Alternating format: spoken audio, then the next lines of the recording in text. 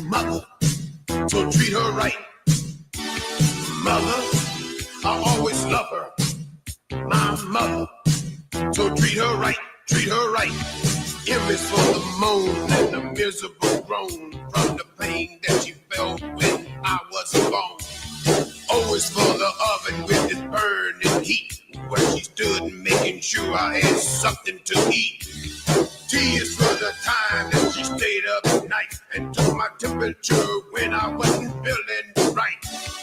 H is for the hard-earned money she spent to keep clothes on my back and try to pay the rent.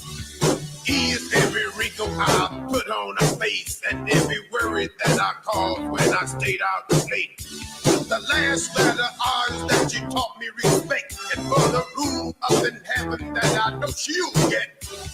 Mother, there is no other like mother, so treat her right. Mother, I always love her. My mother, so treat her right, treat her right. Treat her right, treat your mother right. Treat her right, treat her right. My mother, so treat her right, treat her right. Woo! There you go. There you go, Mr. T. There you go. That's awesome. That is so awesome. Good evening, everybody. Welcome to the following program / Diddy Rehash. That's right. That's right. I'm blending.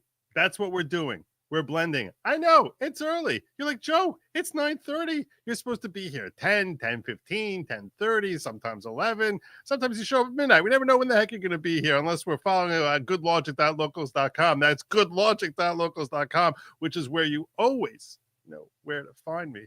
And that's where I'm sure every one of you gets your notifications from, because you're not getting them from YouTube. YouTube throttles me. You may be getting them on Rumble. I don't know. I'm not sure. But the best way to get it is at goodlogic.locals.com. Which reminds me, today we're having a Locals after party. Here's the thought process that I had, okay? This is the thought process that I had. I was very bothered about the idea that many of you, if not most of you, really associate me with following news and politics and things of that nature. And the idea that I'm just going to take 10 weeks off from that, I feel is not fair. It feels like almost like I'm sort of taking those of you who follow me for that type of content to some degree for granted. Not because I'm trying to take you for granted, but it's like I'm just sort of assuming that I'll do a 10-week trial, stop talking about law and politics aside from the Diddy trial, and that you'll just find me again 10 weeks from now if the Diddy trial is not your thing. I don't think that that's a wise move. The Diddy trial certainly is an opportunity for my channel to expand. I'm not going to kid you. That's a major motivation. Those of you who were watching me when I was covering the Karen Reed trial saw how in a day, a week of covering the Karen Reed trial, my growth would be that I only lost 20 subscribers. It's like I'm pedaling in reverse. And I'm like, why am I not getting any traction here? I just hear the gears turning. It's frustrating. It's frustrating because at the end of the day, your subscribers end up being a significant cap on what your earning potential is. So the same way every one of you, when you go out to work, you're trying to grow your earning potential. That's what any podcaster is doing too. And YouTube eating away at that is very frustrating. So that's why I felt I need to start dropping videos. I need to start covering trials. But it's not fair. Like I said, I don't think it's fair for me to just abandon everything going on in the world when there's some significant goings on and not talk about it. It's also difficult for me to actually know what's going on in the world, because when you're covering a trial, you become very immersed in it. It's really a full-time job. And while it's the best job in the world, it's an amazing job to have. It is very, very time consuming. And all the pre-show work that I normally do is almost impossible for me to do properly if I'm going to if I'm going to actually do a show, a normal following program show, and talk about the Diddy trial, which is why I actually have I've employed for some aid here. I've actually reached out to a guy that you guys seem to really enjoy, and we hit it off very well in our first show, and that is my friend over here, Jim Satala. How you doing? I'm back again by popular demand. Jim Satala is here to help.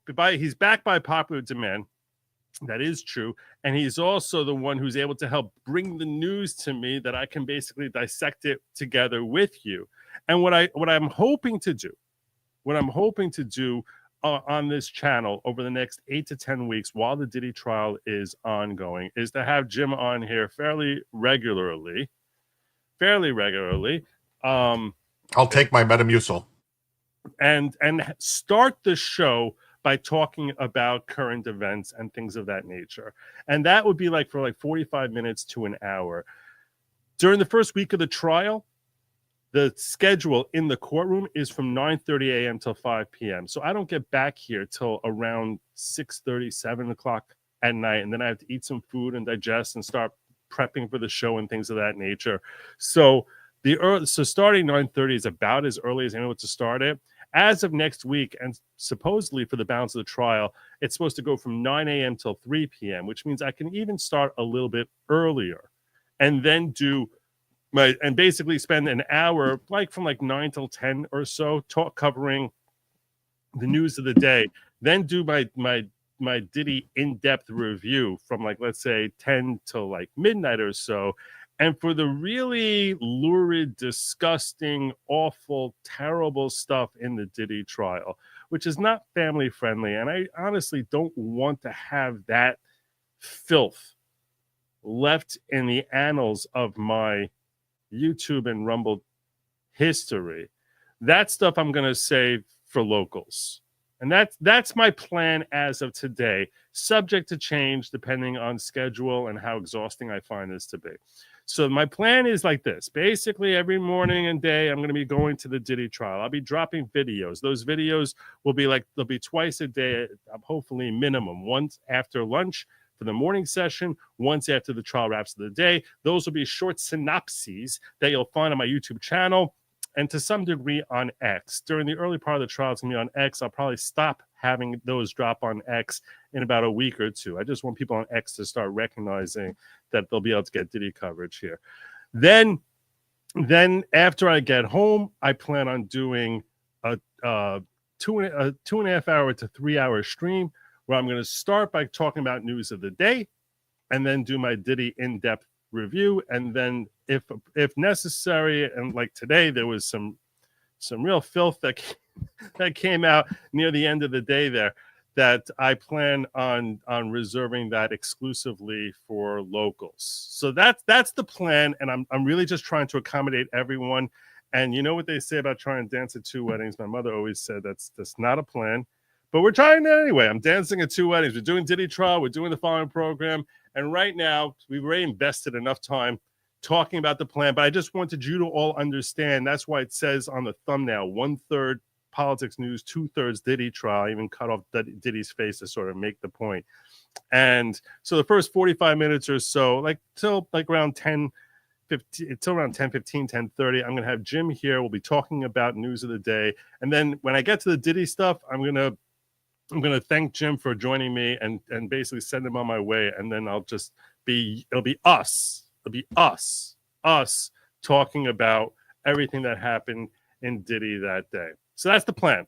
All right. I like to think of those little updates you do during the day, my daily Diddios. There you go. There's so many ways you can run with the word Diddy. It's not a joke.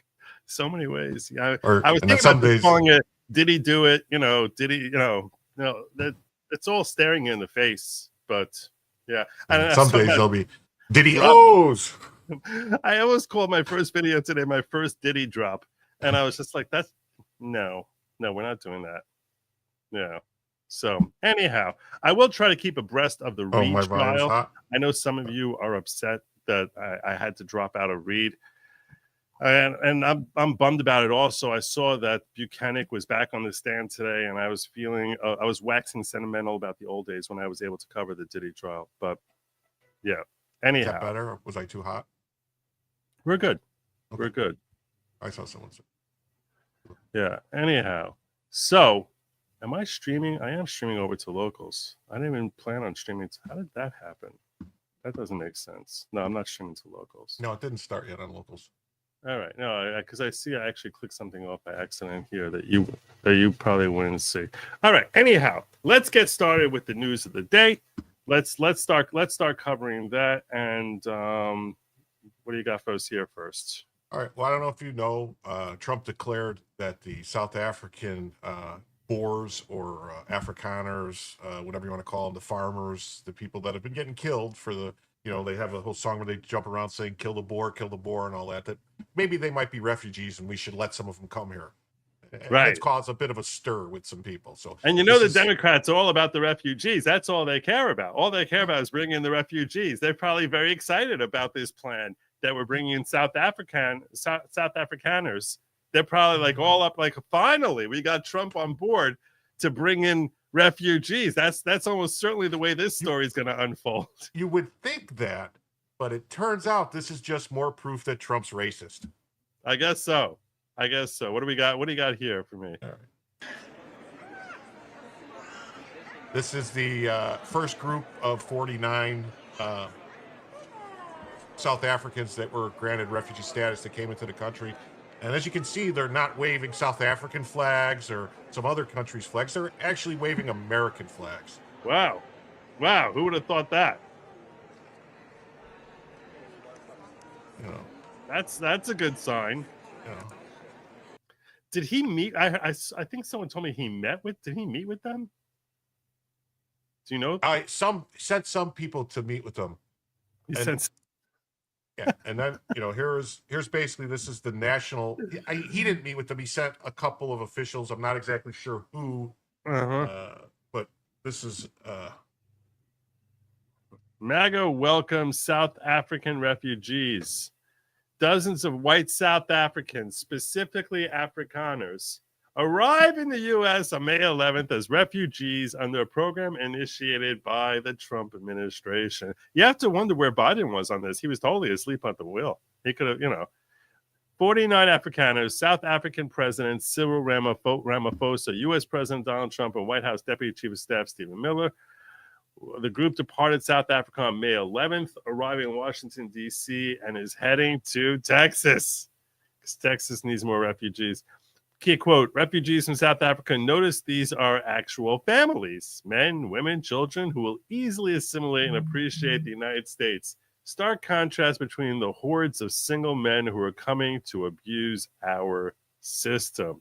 It is nice when they're coming that way, although the cynic, let's play the cynical side, because obviously the left is going to be all up in arms about the idea of bringing in more white folk here and the whitening of America with these 49 people. These 49 people represent a real whitening of America. It's like, my God, it's like a model's teeth now.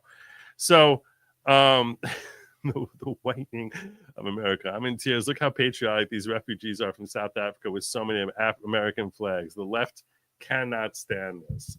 I will ask you this. Let's appreciate this though, okay? Do you think that do you think that this is reflective of racism? Like, have you, and I'll try to steelman the argument.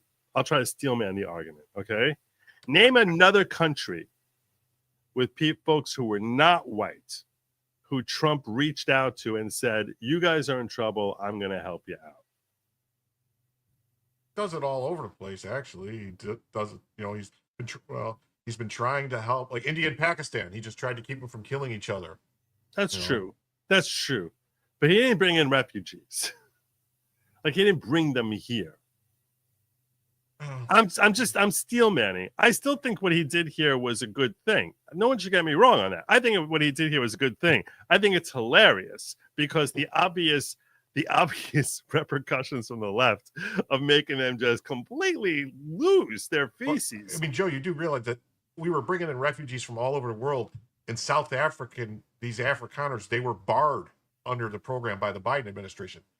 Like they couldn't even get like travel visas to come into the U.S. Okay, so now you're making a very effective counter argument. I was unaware of that. So you're saying that the Biden administration specifically rejected. I remember hearing something about that like a year and a half, 2 years ago, but it's been a while since I heard that. So your point is, hey, a lot of these folks should have been coming here years ago. They really are being persecuted in their own country, so we should bring them on in here. Are they getting any sort? Are they being gifted with citizenship or like the? Do you have any? Well, I have any the background on statement that? from the. If you want the statement from the White House. Yeah, let's get that. I think that's a good call. Let's see what the White House say about this. By the authority vested in me as president by the Constitution and laws of the United States of America is hereby ordered as follows. Section 1. In shocking disregard of its citizens' rights, the Republic of South Africa recently enacted Expropriation Act 13 of 2024 to enable the government of South Africa to seize ethnic minority Afrikaners' agricultural property without compensation. I think there was a story. One of these podcasters. I'm trying to remember who it was. Maybe it was like a Lauren Southern type. If not her, Lauren someone Southern's like been her. on this for years. It was her, right? She it did was a her. whole I want to say a documentary on it, maybe 3 or 4 years ago. Yeah, I have vague recollection of that. So to enable the government of South Africa to seize ethnic minority Afrikaners agriculture without compensation. This act follows countless government policies designed to dismantle equal opportunity in employment, education, and businesses, and hateful rhetoric and government actions fueling disproportionate violence against racially disfavored landowners. Notice how he avoids saying white, right? Yes. It's very funny. In addition, South Africa has taken aggressive positions towards the United States and its allies, including accusing Israel, not Hamas, of genocide in the International Court of Justice and reinvigorating its relations with Iran to develop commercial, military, and nuclear arrangements. I'm not sure what the point of this paragraph is, other than like I'm kind of PO'd at South Africa for their foreign policy. This might be because there was an existing nuclear program in South Africa years ago in the 60s, I want to say, or 70s, and they worked with Israel to help develop. They were like did it together to develop from what I vaguely remember, and there was like a test in the somewhere in the Pacific that they know happened, I think in the 70s. You think South Africa has a nuke? No. When apartheid was coming apart, they dismantled everything and got rid of it. Oh, that's your point. Okay, fine. So it is the policy of the United States that as long as South Africa continues these unjust and immoral practices that harm our nation, A, the United States shall not provide aid or assistance to South Africa. So that's his way of flipping them the bird. B, the United States shall promote the resettlement of Afrikaner refugees escaping government-sponsored race-based discrimination, including racially discriminatory property confiscation. Section 3, assistance. A, all executive departments and agencies, including the United States Agency for International Development, which is USAID, that's what that is, shall, to the maximum extent allowed by law, halt foreign aid or assistance delivered or provided to South Africa, and promptly exercise all available authorities and discretion to halt such aid or assistance. Again, flipping another bird. This is like now a double flip of this is like all that's left is sticking out the tongue also. It's both birds and the tongue. The head of each agency may permit the provision of any such foreign aid or assistance that in the discretion of the relevant agency head is necessary or appropriate. Section 4, refugee resettlement and other humanitarian conditions. The Secretary of State and Secretary of Homeland Security shall take appropriate steps consistent with law to prioritize humanitarian relief, including admission and resettlement through the United States Refugee Admissions Program for Afrikaners in South Africa who are victims of unjust racial discrimination. Such plan shall be submitted to the President through the assistance of the President and Homeland Security Advisor. Section 5, general provisions. Nothing in this order shall be construed to impair or otherwise affect 1, the authority granted by law to an executive department or agency or the head thereof, or 2, the functions of the Director of the Office of Management and Budget relating to budgetary, administrative, or legislative proposals. B, this order shall be implemented consistent with applicable law and subject to the availability of appropriations. And C, this order is not intended and does not create any right or benefit, substitute, or procedural enforceable at law or in equity by any party against the United States in departments, agencies, or entities, its officers, employees, agents, or other persons. So now, another way you can point out as far as in defense of like trying to say this is not really that big a deal is, I mean, so far we're talking about 49 people. I'm wondering how large a populace he's talking about here. Specifically, I'm sure there are probably tens of thousands of white Afrikaners, but if it's specifically talking about farmland owners, that number may be significantly smaller. So if, everyone's talking about how we have millions too many of illegal aliens, bringing in 50 people is obviously a joke. That's not anything. And I'm curious as far as like, if while I'm talking here, you're able to like Google up the number of Afrikaners that we're talking about here that potentially may benefit from. I'll do that in 1 second. Do you want to watch next Al Sharpton's opinion on this, or yes. See the... Oh yes. I want to see. I also have the Episcopal Church's opinion on this, which... Oh, let's... Okay, so... Which one first? Al Sharpton?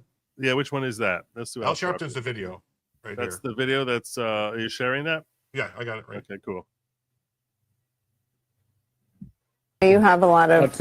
I've talked to some people that been at the protest, and he's still in custody wherever. But I think that the problem... We lose it? Okay, it's here, but I just wanted to make sure because he's talking about something problem here is that you're talking about the mayor of a city with the ICE stuff that's in here, but that's it'll come up the in a ICE second. stuff. Okay, But fine. it'll come up in a second. He's going to bring it up according to the caption. people are being held without due process in many cases. Right. So he has the right to say, wait a minute, I want to know what's going on here. Why are people being held without due process? Now, you contrast that at the same time, the New York Times is saying that President Trump is saying to white Afrikaners from South Africa, I'll give you refugee status. So we're bringing in white Afrikaners who we don't know if they're criminal. We don't know this, what they went through in the legal process in South Africa. But people right here in Newark, we're going to assume they're all criminal. We're going to bring them out. And if the mayor wants to say, wait a minute, let's have due process, lock him up. He's trespassing. It is as blatantly a double standard as one can get. What is the real policy? Yeah. That's, you see, this is leftists. I'm going to pretend I'm giving you logic by contrasting two different situations which have nothing to do with each other whatsoever. And we'll come back to this video in a moment because I want to see the rest of that. But what I'm talking about is this. That is the most illogical point in the world. If there is a set policy, a set foreign policy or an immigration policy, it is the duty of American government officials to embrace and employ that, whether or not they like it. Just because you don't like the policy, your role is to help effectuate and certainly not to intercede, even if you're not helping effectuate, but at least not to interfere with the effectuation of federal policy. So it's a stupid argument that he's making there, which is designed for an MSNBC audience that they'll be like sitting there just shaking their heads like, yeah, that's right, because he's a racist and that's why he's keeping out all these brown folks that we all love and letting all the white people that we hate because he's racist. Like they don't see the duplicity in their own racism, their own bigotry, but they're very quick to ascribe it to Trump and say that his motivation here is purely on a racial basis. Now, the answer to the question, how many white South Africans there are, it says there's 4.5 million, and Afrikaners make up a significant portion of this group, of estimated to be 2.8 to 3.5 million. So I don't know what the other portion would be. Wow. But what percentage are landowners, though? Because I think it sounded like what we read there, that he was really giving special dispensation to landowners who were being punished by the local government in South Africa. So I'm not sure if it's as Maybe clear the that. Afrikaners are what they're talking. That might be the ones that own the land. I think Maybe. Afrikaners is a certain particular racial heritage in order to qualify as an Afrikaner. I think it could be Dutch. I'm thinking Dutch. I don't know why, but I'm going back to like my third grade world history, kind of stuff. Going back like 40, 50 years to try and like reach back into to the term Afrikaner, but it sounds like it's a Dutch type of word. Yeah, if you want to pull this up real quick. All right, there we go. Let's get educated. Afrikaners are South African ethnic group descended from predominantly Dutch. Look at that, Dutch settlers. Look at me. My God, my parents gave me way too much of an education. Who first arrived at the Cape of Good Hope in 1652 until 1994. They dominated South Africa's politics as well as the country's commercially agricultural sector, and then Nelson Mandela came around and destroyed their lives. Afrikaners, a language primarily descended from Dutch and the mother tongue of Afrikaners, is the mother tongue of Afrikaners and most Cape, what is that? Coloreds? Coloreds. According to South African, exactly. that doesn't sound good. According to South African National Census of 2022, 10.6% of South Africans claim to speak Afrikaans as a first language at home, making it the third most widely spoken home language in the country. I don't know, Jim, you've been following me a long time, right? Mm-hmm. The funniest native language I ever heard spoken, I shared on I think it was an Aboriginal thing from Australia. When you talk about like native language, Is that the one that's just clicks and pops? No. It was way better. There was during lockdowns when there was the crazy level pandemic, and they wanted everyone to start getting, all that stuff coursing through their veins. There was all that stuff that had to get coursing through their veins as fast as possible. And they were concerned that the Aboriginals, I believe it was the Aborigines, I'm not 100% sure, but it might have been some other minority, but it was some Australian minority. We're going to go with the Aboriginal just because that's the minority I happen to remember off the top of my head from Australia. And they were concerned that they didn't understand English. So they wanted to have a translator explain the new mandates that were going into effect, and that the Prime Minister of Australia was going to express the new mandates, and having standing next to him some Aborigines. That's definitely not right. Aborigine, probably Aborigine. No, that sounds like an adjective. I don't know. Some person like that translating it into Aborigine, and it basically went like this: everyone needs to understand that we're living in a very serious time. And the translation was everyone need to understand that the yes, we are living in a it's not pig Latin, but it's something like that, like pig English or pig. Yes, it's not even as complex as pig Latin because they didn't move the first letter to the end of the word. They just add a like every third word. I was dying of laughter. I was like, yeah, you need a translator. They'll never understand us otherwise.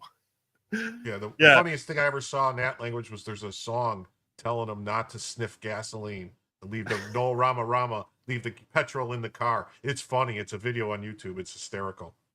They made a song. Well, anyhow, the reason I don't know what made me think of that here. So now we are potentially talking about a great number of folks who would come into the country if it's really millions of people, which sort of makes you say to yourself, like, if we're so desperate to try and put America first, why would folks who are interested in exclusively American interests, who I'd align with MAGA, why would they be on board with the idea of helping to rescue these Afrikaners? I don't think anyone who is America first is opposed to people that come to the country that are actually going to work to make America a better place. And put forward effort and actually do things and assimilate and become Americans. Right. I guess I that's true.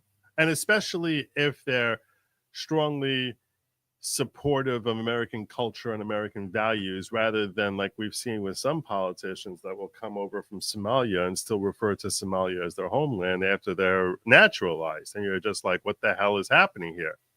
What the I don't hell? know either, Joe, if these are people coming from there are refugee camps in South Africa where people that have lost their property and that have taken that are living basically in tents in like, Mhm.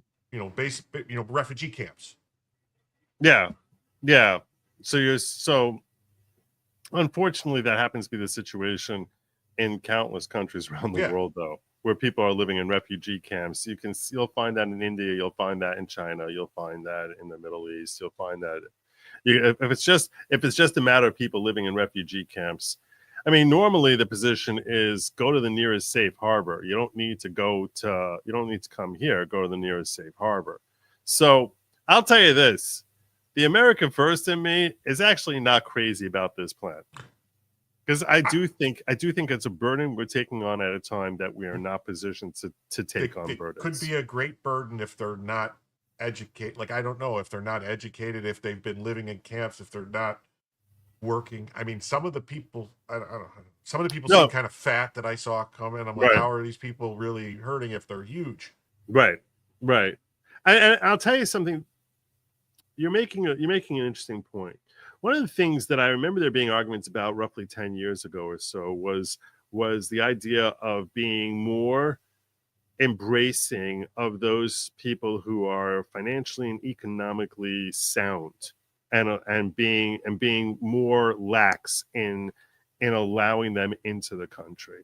And that was something that the left loved to scream was completely racist. That was foreign policy and immigration policy going back decades.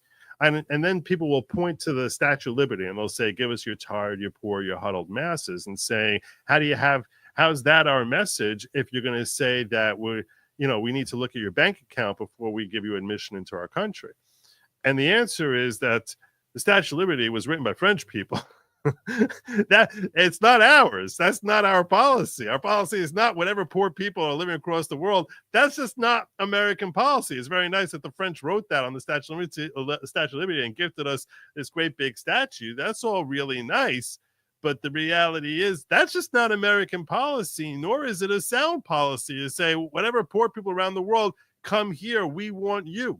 That's not constitutional. That's not anywhere. And it's never been American policy. It was not American policy in the 19th century when we got the Statue of Liberty. That's for sure.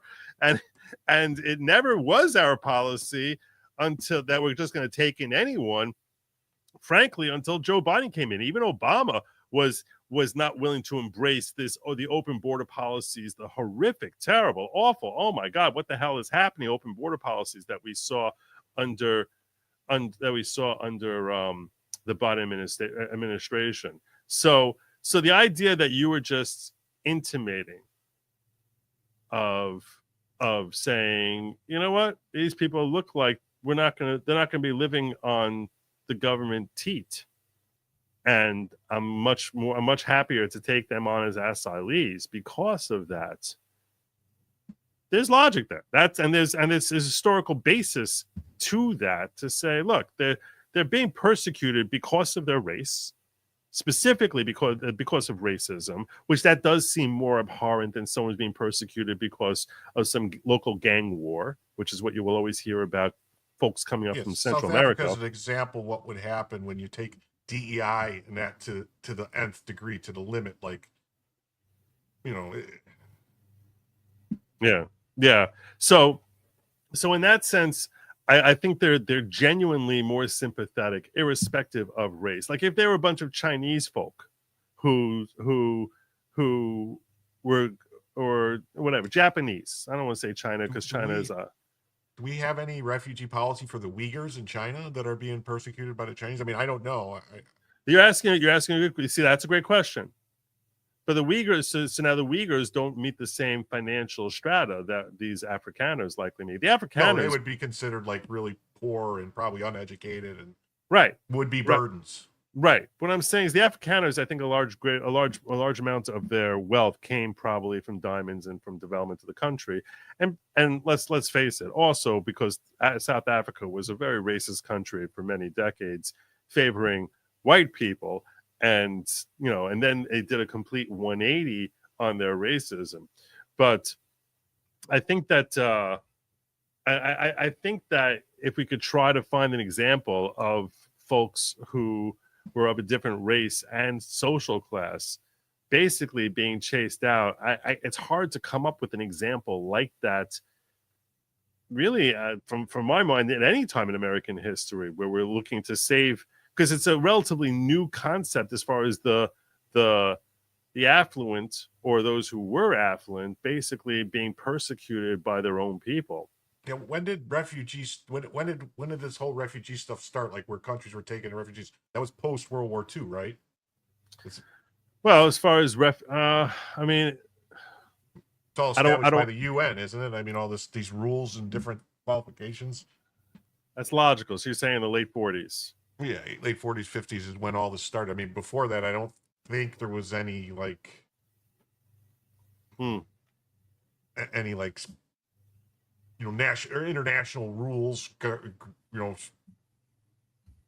yeah, concerning it. But I do have also. It's up to you if you want to hear what the Episcopal Church has to say about this, or what the AP has to say about this. Yeah, go for it. Which one? Let's go. Did we finish up? We finished up Al Sharpton. There's a little bit more there. Let me see where we at here. Here we go. We finish this for Al Sharpton. All right. Policy going to be, and I think he's right. Judges have to establish: are we going to have due process? Or are we just going to let everybody go? And can the president just give other people blanket your refugees? So what's the difference, Mr. President, between a refugee? Well, Joe Biden mass paroled millions of people from Haiti and Venezuela and somewhere else. He's just an idiot. He really is. He's a rambling idiot. There's no logic there, and that he gets a platform on MSNBC. It's like he's the king of the idiots. There's like he's on the idiot channel, and it's like all hail king of the idiots. That's what I feel like we're watching here with Al Sharpton. There's no logic there, but it just what passes for a good argument that has nothing close to that. Let's go to the next one. You had the Episcopal Church. Yep, got it. Jimmy Joe saying these farmers are being yeeted for their land. They're basically being robbed. Like they want their land, so like, oh, okay, let's kick them out. I mean, we haven't seen the affluent being chased off like this since the czars were killed off in Russia. But let's see what you got here. What'd you give me here? This is the Episcopal Church. The Episcopal Church refuses to resettle white Afrikaners, ends partnership with U.S. government. In light of our church's steadfast commitment to racial justice and reconciliation and our historic ties with the Anglican Church of South Africa, we are not able to take this step, the presiding bishop of the Episcopal Church said in a letter. What step are you not able to take? Go on. To help do the refugee stuff. So if you remember, the Episcopal Church, that was that lady who said all that stuff to Trump at that first. Oh yeah, like the lady in the rainbow collar. Yeah.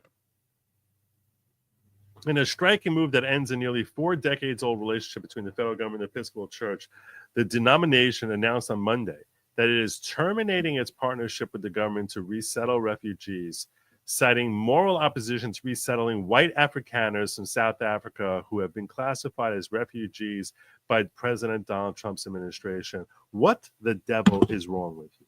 Like, how sick in the head can you be?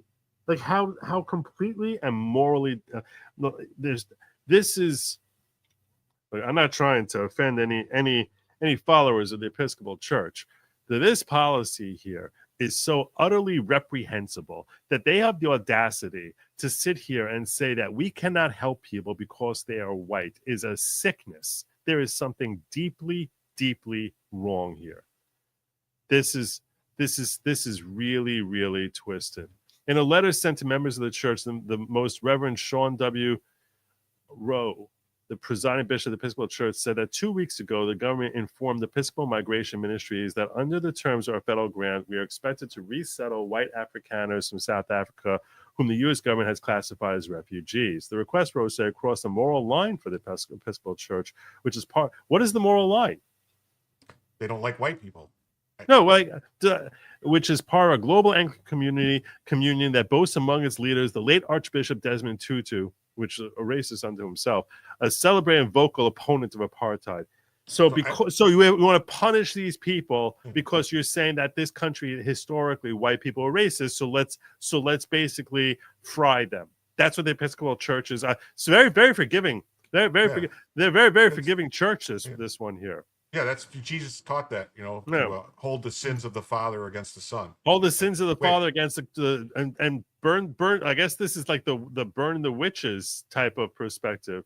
Quote, in light of our church's steadfast commitment to racial justice and reconciliation and our historic ties with the Anglican Church of Southern Africa, we're not able to take this step, Rowe wrote. Accordingly, what the hell is wrong with you? Accordingly, we have determined that by the end of the federal fiscal year, we will conclude our refugee resettlement grant agreements with the U.S. federal government. Good. I hope you go bankrupt. Rowe stressed that white Episcopal Migration Ministries will seek to wind down all federally funded services by the end of the federal fiscal year in September. The denomination will continue to support immigrants and refugees in other ways, such as offering aid to refugees who have already been resettled. The announcement came just as flights with Afrikaners were scheduled to arrive at Dulles International Airport outside of Washington, D.C. This is, let me go down to that quote there. The announcement came just as flights of Afrikaners were scheduled. The first batch of entries that the U.S. would take Afrikaners in South Africa were victims of unjust racial discrimination. Quote, the stated reasons for Trump's actions are claims of victimization, violence, and hateful rhetoric against white people in South Africa, along with legislation providing for the expropriation of land without compensation, read the letter from white South African religious leaders, which included among its 4 authors an Anglican priest. Quote, as white South Africans in active leadership within the Christian community, representing diverse political and theological perspectives, we unanimously reject these claims. Oh, that's nice of you. We unanimously reject them. How nice for you. In addition to ties with Tutu, the Episcopal Church's long history of bigotry and hatred. Sorry. The Episcopal Church's long history of advocating against apartheid in South Africa. This getting me mad. This getting me mad. This is really starting to get me mad. Like the audacity of these folks here. Like, what is wrong with you? How sick do you have to be to deny a reality which has been documented by so many people that even I, who pay so little attention to world events, heard about it. And that's how wow. Well, I think they have to take this tact, otherwise it calls into question their entire not the religion of Christianity, but the religion of the woke, of the left, that this is, that you have to hold somebody else back so someone else could succeed. Yeah. I had my own clip on this. I'm going to share. Yeah, so I'll share with you my own clip on this that I had here with the left crying about this, where we have I forgot this woman's name. I used to know. I don't care though. Trump administration. Her Cinder, something like that. Ali Cinder, or something like that, or I don't know. They're saying that essentially these white South Africans assimilate better, and they're also not as much of a security risk. That's really causing a lot of people to be appalled, frankly. And is it not true? Well, these are the same people they tell us that white men are the most dangerous people in America. So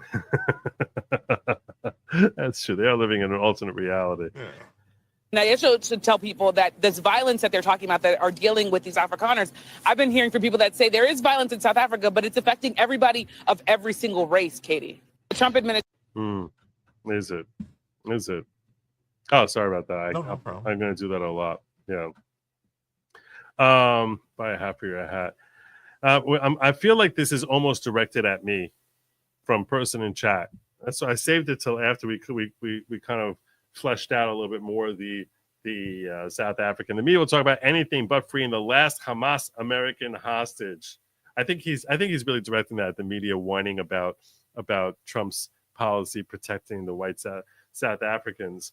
But this is big news. This is big news that we finally have gotten the last American out of there. Frankly, I think it's a little bit of a stain that it took this long. But there is still more hostages, though, right? There are still more hostages. I think it's the last American hostage. Yeah, there's still more hostages there. But as far as American citizens who were there, he actually, I think he lives relatively close to me. Some of the conditions, Lady Logic was telling me about this story. Some of the conditions that he lived in while he was in captivity are horrific. What do you got? Did you see that? It was I could look for it. There was the interview that I want to say it was Stahl or somebody on CBS was interviewing the hostage and tried to basically say, like, well, how do you know that they just didn't have food, that they weren't purposely starving you? And it was like, no, we saw them eating, and they would eat in our face. Yeah, they eat in our face. They just get oh. Yeah, no. Apparently, like, he was in captivity for 500 days. This guy. 500 days, and supposedly was kept in this tiny little cage, so much so that he couldn't stand up and walk when they first got him out. That's how long he was left in those cramped cages. Like, they had to like rehabilitate his legs. This is what I don't have a source on this other than Lady Logic, which is the best source on earth. But she told me that the horrible way that they just completely abused this guy. It's very, very aggravating. But yeah, thank God that Trump has got him home. Pray for the return of all the other hostages as well. Which it's just when they get the hostages back, at that point, it's almost like they're keeping the hostages as a way of baiting Bibi to keep attacking them. Like, you have to ask yourself, what's the motivation? Like, what's the end game? What are you gaining from holding these hostages rather than just give them back and then tell Bibi, why the heck are you still bombing us at this point? You're not trying to save anyone. So anyhow, what else you got for me here? What's next on this the agenda? This is just the. I'm gonna give you. I'm gonna give you 10 more minutes. Okay, So before I got to start moving on to the last 2/3 of the show. So what do we got? This is just the AP talking about why they're not shouldn't be considered refugees. I don't. It's just saying they're the richest people in the country, so they can't be persecuted. I guess I don't know. Oh, they're too wealthy to be refugees. This is probably better. South African government said U.S. allegations Afrikaners are being persecuted are completely false. Surprise, surprise! You're the ones doing the persecuting. You're doing the persecuting, saying, "Oh no, it's not true. It's not true." The result of misinformation and inaccurate view of its country. It cited the fact that Afrikaners are among the richest, most successful people in the country, and that's why we're taking their land and their money. We don't rob the poor people. We rob the rich people. Said the most economically privileged. Afrikaners are descendants of mainly Dutch and French colonial settlers who came to South Africa in the 17th century. Around 2.7 million Afrikaners among South Africa's population of 62 million, which is more than 80% Black. Many in South Africa are puzzled by claims that they're persecuted. Wait, so what? If it's 80% Black and there's 62 million people, but only 2.7 million South Africans, that would mean that there's 12 million non-Blacks. So what are the other 10 million? That was very quick math by you, and accurate too. So you're saying, wait, so 10% would be 6 million. Right? It would be 6.2 million. So like 12 million. So it's 12 million minus 2.7 million. So basically 9.5 million people. What are they? That's what your question is? Yeah, what are they? They could be. So I think you said there were 4.5 million white people, of which 2.7 were Afrikaners. So there could be 1.8 million, another 1.8 million white people there who are not ethnically Afrikaners. And I guess memory serves me correctly, I think there is a bunch of Chinese and Indians there too that are recent arrivals, like that work and do stuff, and maybe that would make sense. That would make sense. Go Go back down to the farmer tax. I want to read about that. Trump and South African-born advisor Elon Musk have accused the South African government of having racist, anti-white laws and policies, but the claims of persecution and genocide center on a relatively small number of violent farm attacks and robberies of white people in rural communities. What the hell did the South African government do about those small number of violent farm attacks? Did they do anything to stand up for the people, or were they actually perpetuating themselves? The U.S. alleges these attacks are racially motivated, and the South African government is fueling them by allowing anti-white rhetoric in politics and not doing enough to protect Afrikaner communities. The government, this reminds me of like another story that's been going on now. I don't know if you have it in your queue there. I'm not sure if I even mentioned it to you off air before when I first called you tonight, but it's reminding me of Gavin Newsom changing his policies. I don't know if you have anything on that, but Gavin Newsom basically changing his policies and saying no more of our homeless encampments here in California. We're going to clean all that up. And the reason it's reminding me of that is because when that story was first called to my attention, I left. And you want to know why I left? It's because Gavin Newsom is suddenly, when he has presidential aspirations, is suddenly accepting the universal truth that everyone has understood for the last 250 years in this country, which is your laws and your policies are going to have a significant impact on American conduct. If you keep the borders open, people will come in here. Stop pretending you don't know that's going to happen. We saw how marriage started increasing when the government encouraged people to get legally married for tax purposes. So many in fact, you can actually argue that every law we have on the books is designed to impact the culture's behavior, which is why when California starts passing laws saying we're not going to prosecute any crimes, any thievery that's under $1,000, you are declaring open season on all stores. Like why? It's asinine. And to pretend that people are not going to see that and act accordingly is ridiculous. If you create through the law and your social policies a system which is designed to basically motivate every homeless person to migrate to your state and take up residence in the sunny shores of California, that's what's going to happen. And then to pretend you're all shocked about that. I'm like, oh, what can we do? It's a problem. There's nothing we can do about it, rather than recognizing the fact that your stupid, self-defeating policies are why you are in this pickle in the first place, which when you're reversing course on your policies, that's the admission to what everyone has always understood. Policies will obviously have a dramatic impact on how the public is going to respond. I feel like I do have a what do you got statement from Gavin Newsom and then a short video of Gavin Newsom. Oh, you're so good at this. Governor Newsom released a state model for cities and counties to immediately address encampments with urgency and dignity. Oh, it's so important that we address this with urgency and dignity. Oh, it's like as if like, oh my gosh, we have encampments. Governor Newsom today released a model ordinance for cities and counties to immediately address dangerous and unhealthy encampments and connect people experiencing homelessness with shelter and services, backed in part by $3.3 billion in new Proposition 1 funding being announced today. The governor is calling on all local governments to act without delay and use their authority affirmed by the U.S. Supreme Court to address encampments. That's it. That's all you got? Yeah, that was all that was there. Okay, this is good. Let's hear from Schmucky. I also acknowledge that we need to do more, not just in the homeless bucket, but also the mental health / homelessness bucket. That's why Proposition 1 had subsequent reforms as it relates to requirement by July of 2026.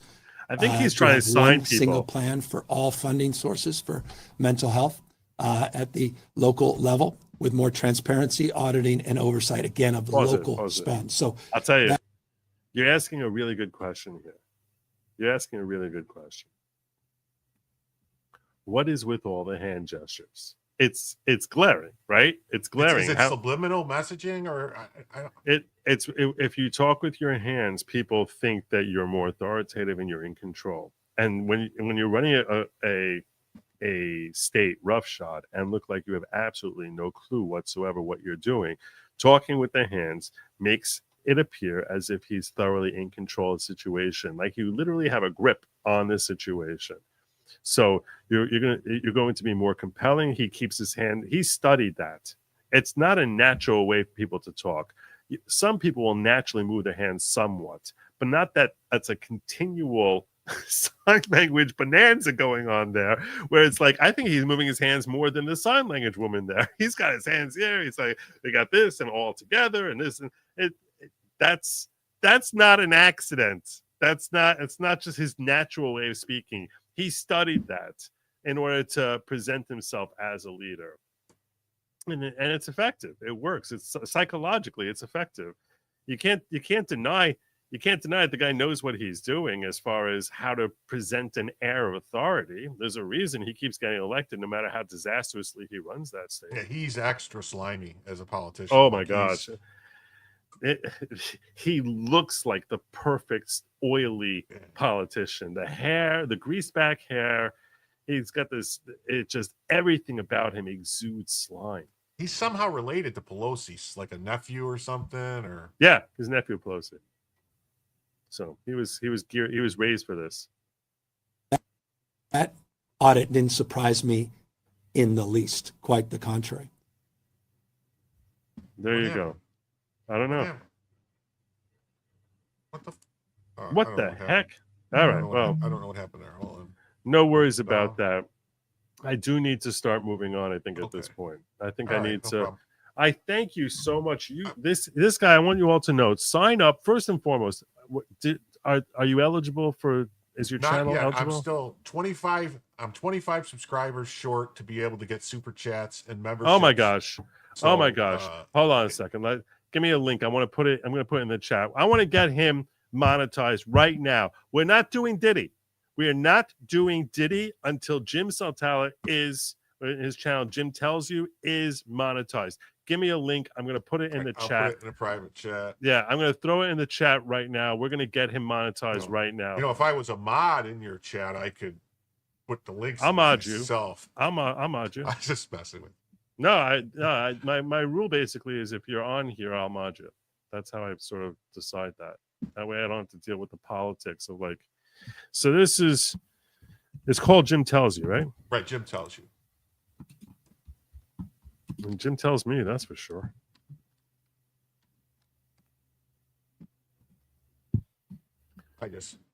There we go. There's Jim Tells You. I just posted in your chat, so. All right. And I'm confident that this is gonna happen relatively quickly. You're about to get monetized. Yeah, the first barrier is the 500 subs. I already have the hours. I just need to get past the 500, then I could get super chats and memberships, and then once I get past 1,000, you could do ads and all that stuff. But so I greatly appreciate it, and hopefully either tomorrow or the next night when you want to do this again, I'll have some more stories and we'll do it again. As many probably tomorrow. Probably tomorrow. Yeah. Joe, check out timestamps 3152 to 3218 and 51655 517 live now from Fox this morning. Enjoy. Lost Tourist, it's you. And what do you know? I'm up to 533 now. So look at that. Look at that. You guys rock. Great job. Congratulations, brother. It's a big deal. It's a very big deal. The next threshold we need to get you over, the next hump we need to get you past is 1,000. Yes, 1,000. So once I'm past 1,000, then you get ads and all that stuff. Then you get ads. At 500, he's able to get super chats, which is certainly a big lift, and that's a very awesome feeling. But yeah, at 1,000, they start putting ads on his channel. So that's the next hurdle. So don't just think, oh, I signed up to him and now he's good. No, we need to get him over 1,000. So if we can do that, let's do that. Should I pull up this thing before I get out of here? This Fox this morning thing that sure, if it's something you want to talk about. It's short. It looks like it's like 15 seconds. I assume this is gold that he's giving me here, but I do need to get into the Diddy trial. It definitely needs to happen. What is it? Fox Live Now. Live Now. Fox.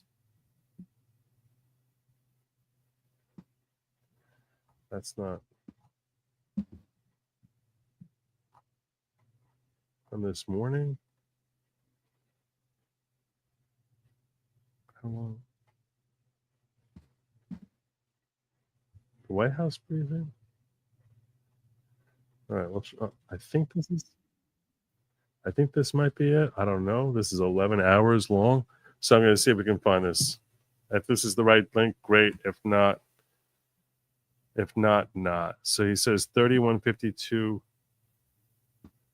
3152. Well, this is not the right thing. This is only an hour and 4 minutes long. This is not the right thing. I don't know what I don't know what. Eric. This morning streams on Diddy. That's what someone's telling me. I'll have a little more patience with it because it's live now. Fox Diddy. That's not right. Trying to find something that's like 5 hours long.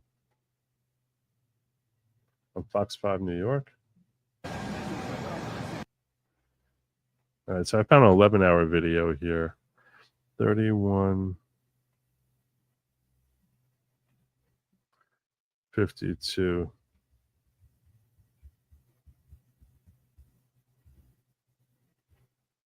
Okay.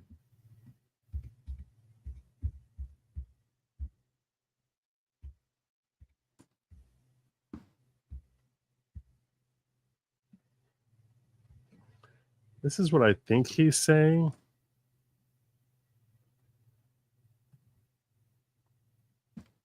Let's see what we got here. It's 31:50. What did he say? 31:52 to 32:18. I hope this is the right link. Oh, this is about Diddy.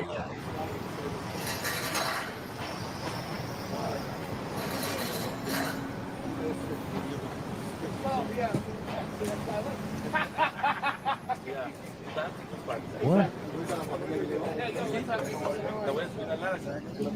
Oh yeah. Oh, and a little bit more. Yeah. Yeah. And you're about to. You start up on. I don't think it's me walking out of the courthouse.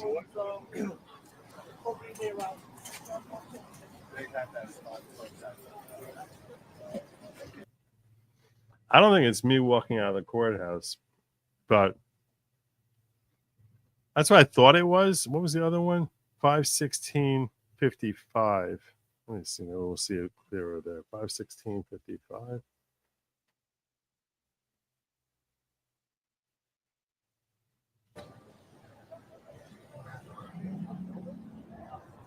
This might be me walking out. Oh my God. I'm almost to 600 subs now. 5:16. This is probably gonna be me walking out. That's what I'm assuming we're gonna get to.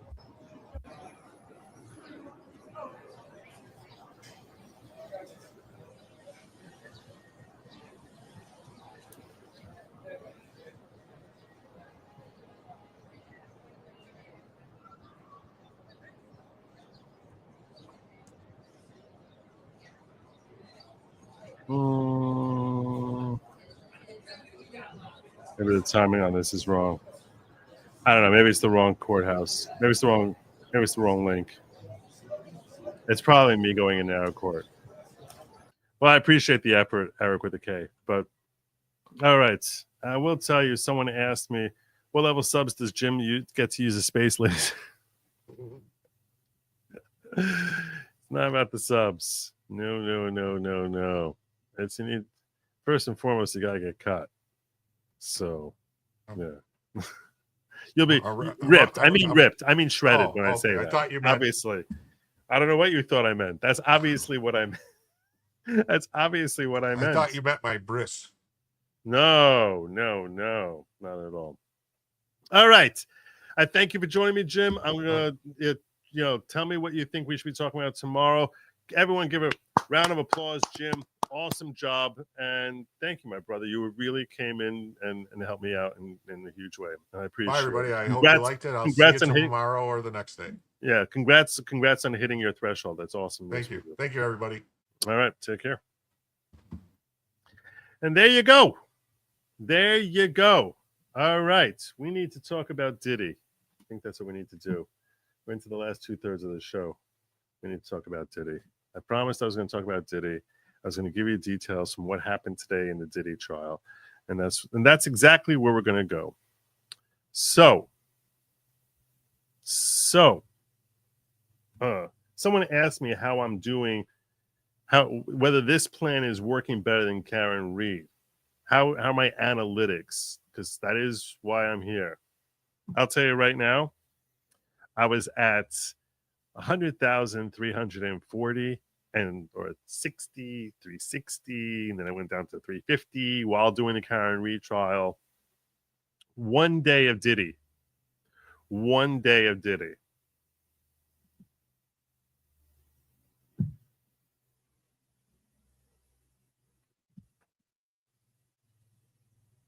One day of Diddy. 300 subs. First day of Diddy. It was the right call. It was the right call. So thank God. God bless. So I do think it was the right call. And I'm sure Reed was good today. I'm sure Reed was good. Because Buchanan, I'm sure it was great. But I even dropped a video. I dropped a video on Karen Reed. The whole green grass theory, where I explained it in 8.5 minutes, figuring maybe this will now get to Alan Jackson and the defense team, and we'll start hearing them talk about the green grass theory and find more evidence to support the notion that at the end of the day, this Karen Reed could not have killed him. I dropped a video. It's nothing.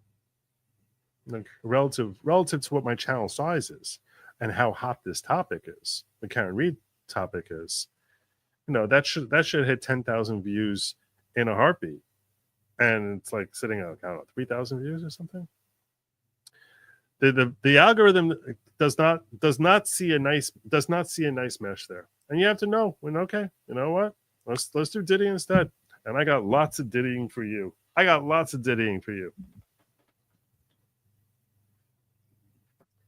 Lots and lots and lots and lots and lots and lots.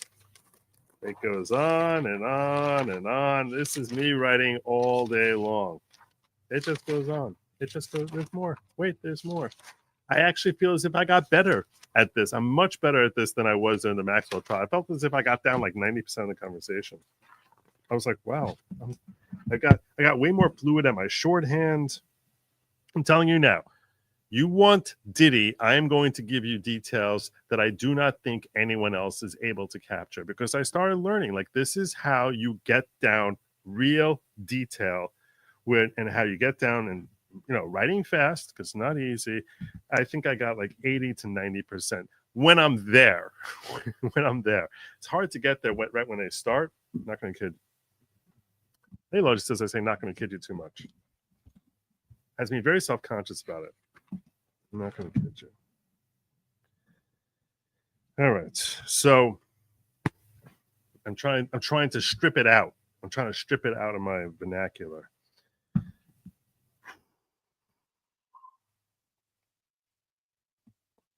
The trial is scheduled to start this week every day at 9:30 a.m. and run until 5 p.m. with like an hour-long break. The judge said that starting next week and for the balance of the trial, he's planning on starting at 9 a.m. and wrapping the day up at 3 p.m. And that means that we're only going to have a half-hour lunch. This presents a little bit of a technical difficulty for yours truly. I did not stop to eat lunch today. Okay? I didn't stop. All I did was I recorded a video. I had to take care. Shorthand. I don't know shorthand. It's just that's like a when she asked me if Greek is dead. I don't speak shorthand. I have to be able to read what I wrote here. So I show up at 9:30 Central, think I'm going to get the whole show, and you're ready an hour in. No matter, keep up the great work. Well, I know. I sent out notices. And what I said is, first third is classic following program type of material, and I brought Jim Saltala in here for that. And the last 2/3 is Diddy Detail. Diddy Detail. We are on Diddy Detail. So I'm going to be trying to structure it that way for the balance of the trial. This way, people are interested in getting all the deets on Diddy will get it. And I'm also not just completely stepping away from politics and what's going on in the world in general, and having a nice little blend that way. So I'm going to try to split it up like that, 1/3, 2/3, while saving the lurid details that I don't want to talk about on YouTube and have my children see me talking about one day for locals. So that's what we're going to do. Okay, so the problem with the 9 o'clock, 3 o'clock scheduling that the judge wants to do is it takes me 20 minutes to record my video. I have to record it, and then I'll edit it, and then I'll just be like, I don't like this take. I'll start the take all over again. There's no editing I can do on site. So whatever you see me talking about during that lunch break or afterwards, that's a one-take deal, where I'm trying to get everything out that I think is important and essential to catch you up to date on what happened during the last 3 to 4 hours of court time. Then when I upload it into YouTube, it takes a while to process and render and throw the thumbnail on there. It just takes a while. So the whole process, we broke for lunch at 12:15. I wasn't done with the YouTube element of things until 1 o'clock. That's 45 minutes. Then I had to make like 2 or 3 phone calls, which were really critical. That would get done today. And I start going in at 1:15. Well, when I got online at 1:15, the line was 45 minutes long. So I didn't end up getting back upstairs until 2 o'clock, which I'm missing like a half hour of time. I come in there into the viewing room to watch it, and they're already a half hour into the first witness, which is very frustrating. If it's if it's 7 hour long lunch, it's going to be a half hour long starting next week. I don't know what the heck I'm going to do. I don't know what I'm going to do. They don't let me get any faster with this, even though this is out of date, which I have to get it like redone. I talked about that. I'm not going to get more into that. I need to get it redone, and it's probably going to take a month for that to happen. But that wasn't the issue, because they all pretended and didn't seem to notice that this was expired. They treated me as if I was a member of the press with a currently valid press badge. Let me take this off. With a currently valid press badge. So that wasn't the issue. The issue was they don't care if you're media. You got to stand online, and they don't care if you're a lawyer. You got to stand online. It was a mess. It was a mess. Anyhow, you don't care about that. You care about what happened in the trial. So jurors are sworn in at 10:20 a.m., and we spent the next 30 minutes with the judge giving instructions and explaining the scheduling and going through all of that. And he says, and then he laid out the process for how the trial is going to run over and the different stages, and don't expect them to talk to you in the halls. And when they're ignoring you, when the lawyers are ignoring you, don't think they're being rude to you. They're just following my instructions, and all the preliminaries out of the way. That took him like a half hour to read through that. Let me share with you some thoughts about Judge Aaron Subramanian, which I believe that's how you pronounce his name. It might be Subramanian. Maybe Subramanian. I don't know. It's something close to that. I'm going to try to go with Subramanian. I'm going to go with Subra. I think it sounds offensive when I say it as Subramanian. I think that sounds very offensive. Mom, born 1940, was legal secretary for a few years because she knew shorthand. Well, there you go. Thanks for the updates. Greatly appreciate you. Welcome, Jen. Thank you so much for your support. I greatly appreciate that. Maybe as the judge to work with you. I should. So we start with our opening statements. The government says this is Sean Combs, pointing at him and saying to the public he was known as Puff Diddy. There's another side. For 20 years, he was involved with sex, crime, and drugs. And developing a criminal enterprise. But this all is best encapsulated if we look at one night in the life of Sean Combs. So on that night, his girlfriend, Cassie, was missing. So Cassie went missing on him, presumably ducking out on him, and he went on a hunt for his girlfriend. Now that night, when he thought he lost Cassie to another man, that he took a gun and went to a trusted employee who seemed to have concerns for Cassie's well-being because of the level of rage that Diddy was displaying, and he didn't want to go with Diddy. So Diddy forced him at gunpoint to help him find Cassie, basically kidnapping this employee to help him find Diddy. And then when he finally forced Cassie out of wherever she was, he found her, he beat her brutally, throwing her around like a rag doll. And that wasn't enough. He threatened that he said, if you define me, and I will publicly release all the sex tapes that I have of you, Cassie. Now, he has presumably hundreds, if not thousands, of tapes of that nature of Cassie. Again, when I'm going through this, I'm going to try and keep it relatively clean. I will give more detail on Locals in the after show, goodlogic.locals.com. Though I don't think it's appropriate for me to talk about this stuff on YouTube. I don't want to have every video I come out and basically get yellow listed by YouTube, which definitely hurts the channel and defeats the whole objective to covering this trial. And I also really don't want to have the stain on my channel forevermore that this is just going to be in the annals of Good Logic history. So that's why I'm going to be doing it in that kind of structure. So, and he basically said for 20 years he kidnapped, beat, blackmailed, and abused his girlfriend, and whatever girlfriend he was with, which he was always with more than one at a time. That was part of the Diddy thing, is that he's not someone who's ever satisfied with having just one girlfriend at a time, that he would invariably have multiple girlfriends.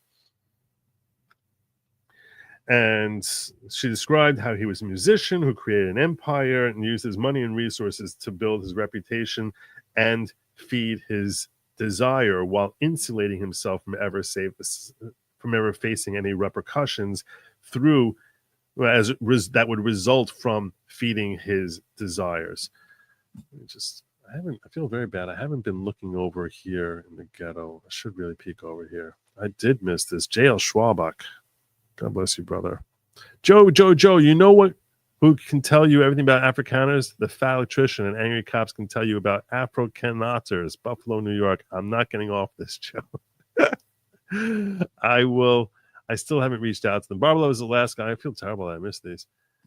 Barbara Loves Alaska says the legit site is Data Republican. Someone said also expose the info using USAID. Mind blowing. See 200 plus pages, billions.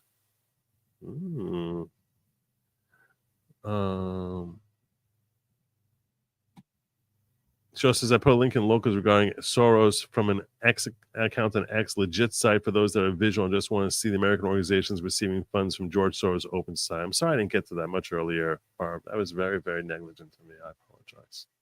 I really apologize. I'm going to try to check out what you showed over there.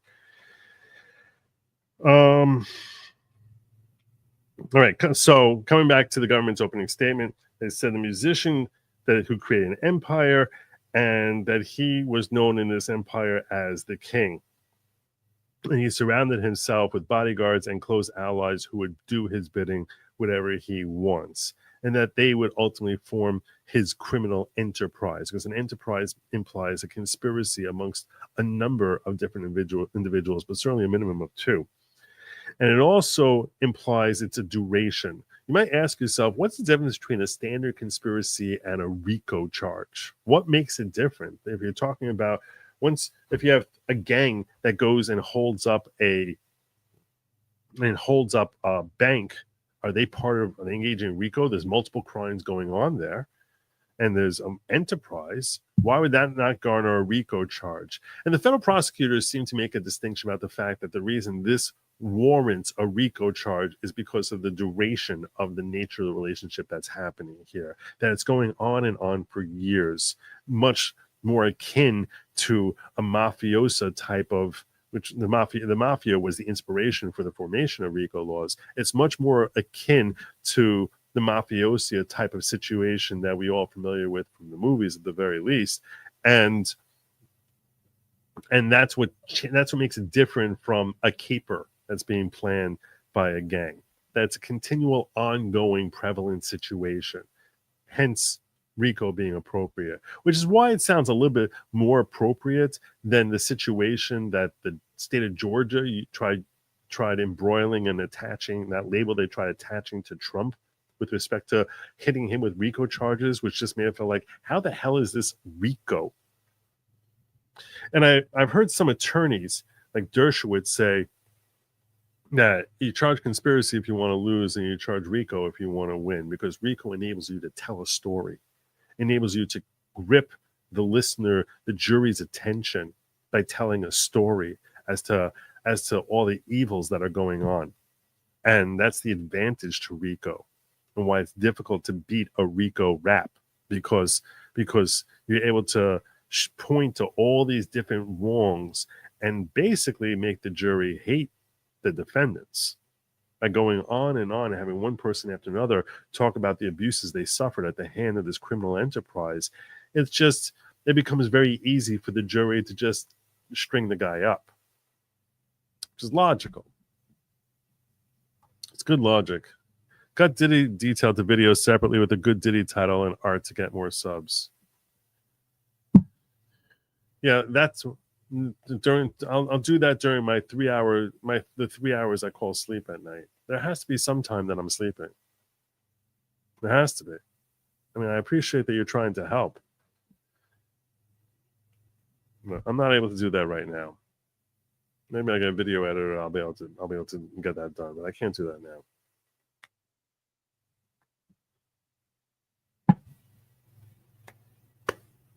It's a good idea, and I know you're trying to be helpful. It's just not something I can take care of today or tomorrow. Or maybe at the end of the week I'll look into video editing. All right. So he's known as the king. That's in his what the state calls this criminal enterprise.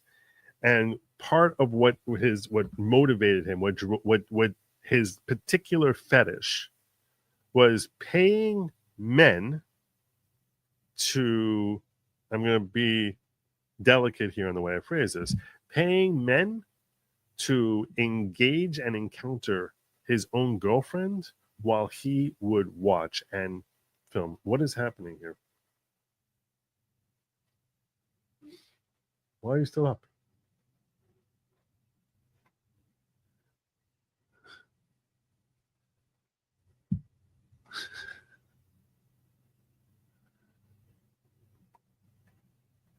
Another reason why we save that other stuff for locals in the after show.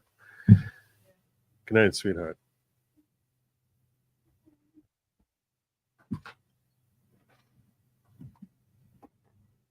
So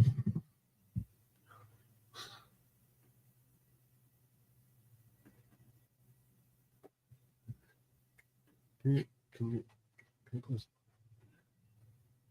Thanks. So that's what his particular deal is. That's what he likes. That's what he enjoys, and that's what he was spending his money on. And also, irrespective of the abuses that he was dropping on his girlfriends or those people around him, the prosecutor described it as that's his crime, and he was.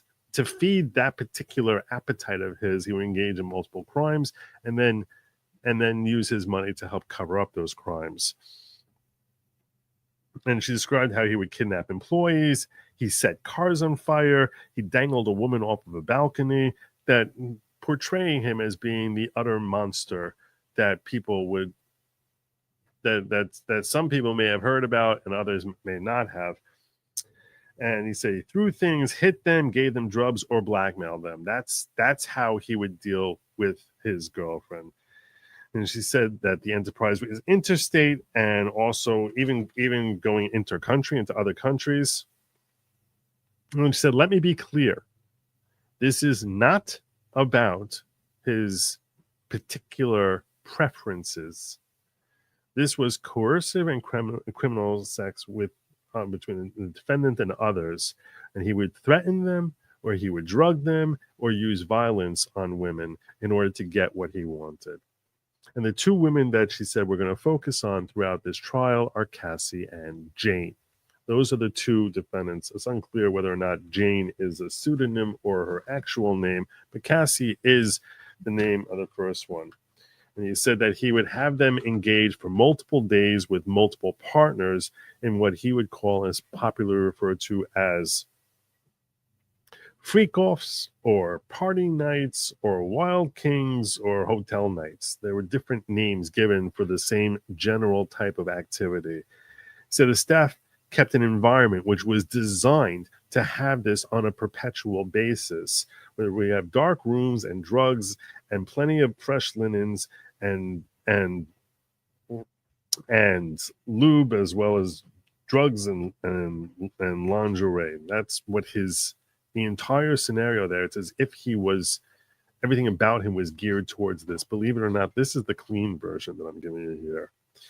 And then he would basically sit back and watch and take pleasure physically in, and often be recording the events that he helped put into motion there.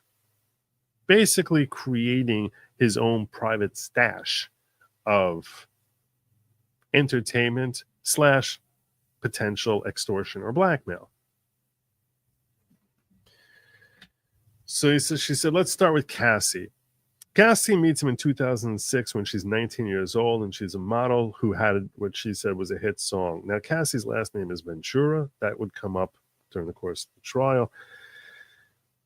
And so what does he do with Cassie?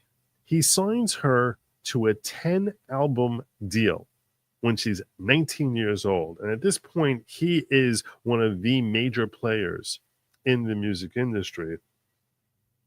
And he started dating her and was dating her on and off from 2006 until 2018. And during that entire time, he signs her for a 10-album deal. She never makes another album. She doesn't make any albums at all. Implicitly, what she was trying to say is, this was not an album deal. Maybe she thought it was an album deal. Maybe she expected it was an album deal. Maybe she thought this was the most fascinating and amazing start to her career. But her music career is over as soon as she signs that deal. In 2000, and then she tells how in 2009, he threw her to the floor of an SUV, stomped on her face, locked her in a hotel for a week so that she could recover from her injuries, so that people wouldn't see just how badly he had physically abused her. And that eventually he would have her not simply participating in these, we'll call them, I'm going to call them party nights. I think that's the best way to refer to it.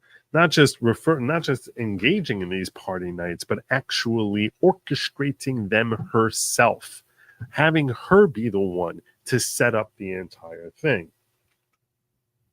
And that he would make sure that he kept her on a steady blend of drugs and that were designed to keep her both clouded and recipient to being engaged by men, and giving her drugs that would keep her excited. And then we'll save this for later.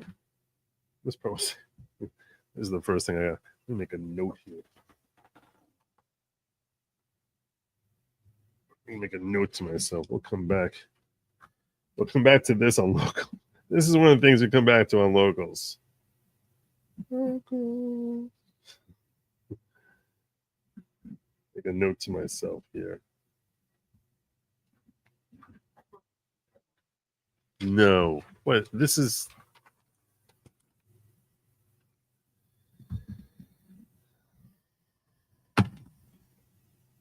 Now, I made little notes to myself while she was talking here as to things that the government was saying that I was like, this sounds like a problem for the government that they are probably very concerned about. And this is where we come to the first one here, where they say that when she tried her first party, that she did it because she loved him and she wanted to make him happy. And that she never wanted to do it again. Okay. So we're already starting at this point. When I'm listening to this, I'm thinking to myself, so you're already basically telling us that some of the time that she's engaging in this, she is consensual. She's not being forced into it. This is where the state is starting, saying some of this is you're going to see, and also that she's helping to arrange it. And you want to tell us that that's not consensual, but that she's forced into help arranging it. That's a difficult road for the state to navigate. The ADA once said that he would beat her viciously and beat her when she didn't answer the phone, or if she took too long in the bathroom, or if she left one of these parties without getting his permission first. And that he would keep her on Molly and ecstasy in order to ensure that she would be as compliant as possible.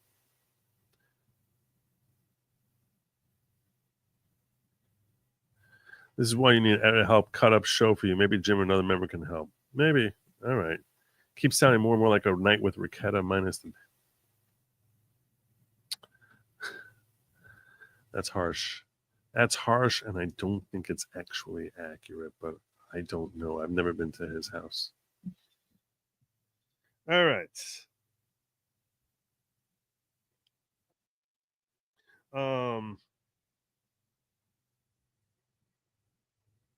And then she said she would leave. He'd find her. He threatened to release video with dozens and dozens. That he had videos of her with dozens and dozens of different escorts on multiple occasions.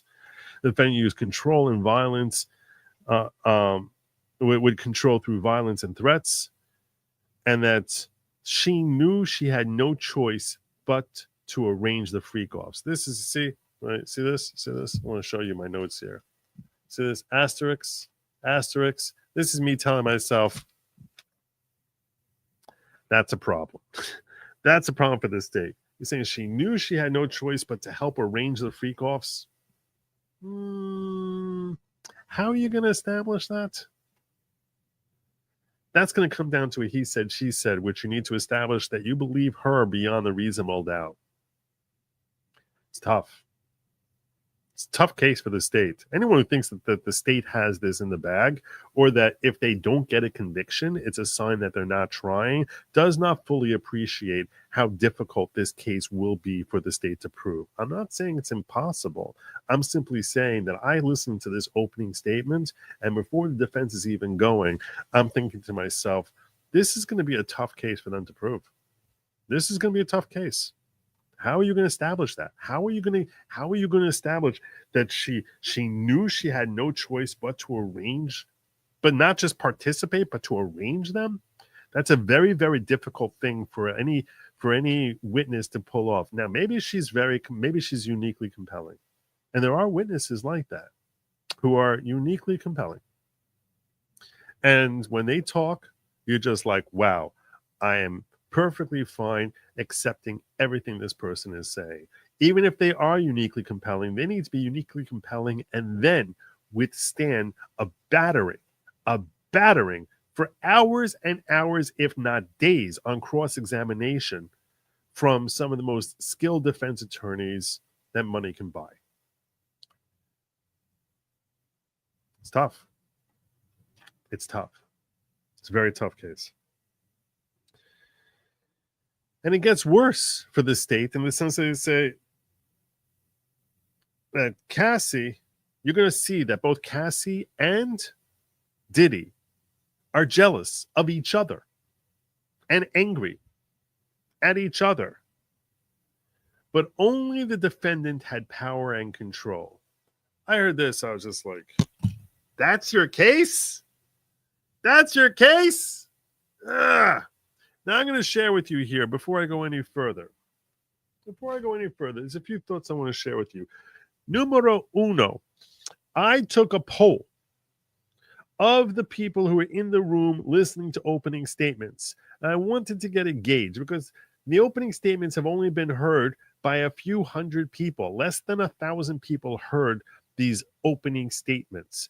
And I've heard tell that more than 50% of jurors will decide the case during opening statements. They'll decide where they stand on things during opening statements. And I said, if I can hear from these folks here, fresh off of opening statements, they are no little different from a juror, but likely. Maybe I have a greater concentration of journalists in there. And I was basically going around and saying to them, who do you think had the stronger opening today, the state or the defense? Who do you think that you came out of that like, oh, this one, that side's going to win? And I took a poll. I'm going to give you that shortly. But I took a poll. In fact, you know what? I'll give it to you shortly. So, and because I was listening to the assistant attorney here, and I was just like, look, if what you're saying is true, and you can establish evidence beyond a reasonable doubt, that's a conviction. But now you're saying that they're both jealous and angry at each other, but he's now being punished because he has power and control. So that now becomes trafficking. Okay. It's not just that he has power and control. It's that he's wrongfully exercising that power and control. It's that he's exercising that power and control to the point that she can't make a free choice. It's not just that he has power and control. That's not enough. There's always one person in a relationship who's going to have more power and control than the other one. That doesn't make it a crime. So you got to get really more than that. It's not just he has the power and control, but that he exercised that power and control to the point that she had no choice. It's tough. It's a tough case. After getting through that, she goes on to Jane. Diddy met Jane in 2020. Let me get to this. Nana knows. God bless you. Gifting 5 Good Logic memberships. Much obliged to you. Much obliged to you, my friend. Thank you. I can't really pull that up right now. But those of you who are brought into the following courtesy of Nana Knows, welcome to the following. Please express your gratitude to Nana Knows. Oh, let me do it real fast. Let me see if I can find it very quick. Very quick. Let me do this really fast. Oh, I can do it. T. Renee. Hey, look at that, T. Renee. Manville, Donnie Nash, Samantha Bush, and Ezra's Art Atelier. Welcome to the following. God bless you. Please express gratitude to Nanos, bring you into the greatest group of individuals who are seeking far greater personal growth through community unity, learning, and thinking. And we are learning, and hopefully on some of this stuff, not thinking too much. Hopefully not thinking about everything. Allegan saying she liked the lifestyle and the money, which is why she was willing to do anything for a paycheck. Most do the same every day when we go to work. That's a very cynical way of looking at the world, my brother. But that's a very cynical way. That's a harsh assessment. I'm not saying, that's a judgment call. Some people look at it that way. You're not the only one who looks at it that way. I'm just saying, that's a cynical way. Are there daily transcripts that we have theatrical readings of the trial? Late night Good Logic players could reunite. I don't know. Probably, but I don't know. All right. Let's get to talking about Jane. He meets Jane in 2020. She's a single mom. He pursued, fell in love with her, introduced her to these parties, the party nights. and she agreed to try one. And as soon as she agreed to try one, hours later, she's already in one, and everything had been all set up and arranged for her to, oh, good, you want to do it? Well, good. It's right down the hall. I thought that was funny. She's like, he's like, do you think you'd be okay if I would call a guy and then he would do this and you would do that and I'd be over there? Maybe with like my cell phone and, and I'd be doing that. And the two of you would be doing this. You think that would be okay? It's like, I don't know. Yeah, I mean, come on. It could be, you might enjoy it. It could be cool. I don't know. It would make you happy. Oh, yeah, I think it would make me happy. Are you sure you really want? I think it's a good idea. Maybe you might want to try that, Jane. I guess. Fine. All right. Here he is. I just pictured the whole thing. I'm like, my God. She must, if she had like half a brain, she'd be like, you don't need to make a phone call? Don't need to make a phone call even? No, he's right here. And then we come to the first problem with Jane. See? You know how I know I came to the first problem before I even read it? Because I made a little notes myself. Asterisk. Right there. Asterisk. She said she agreed because she wanted a real relationship. And that's why she did it. So again, we're starting with someone who is consenting as we're starting this, walking down this perilous road. And that this became drugs and work that was going on would go on for days at a time.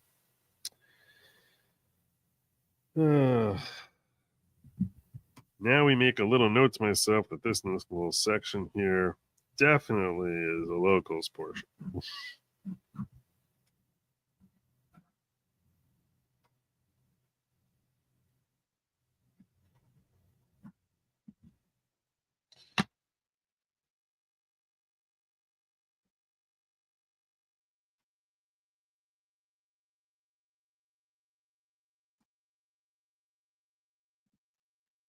The ADA went on to say that he used his money and power to control less than 1 year ago from today, so within the last 12 months, they were at home on a date night and Jane got upset and jealous of another woman and she hit Diddy.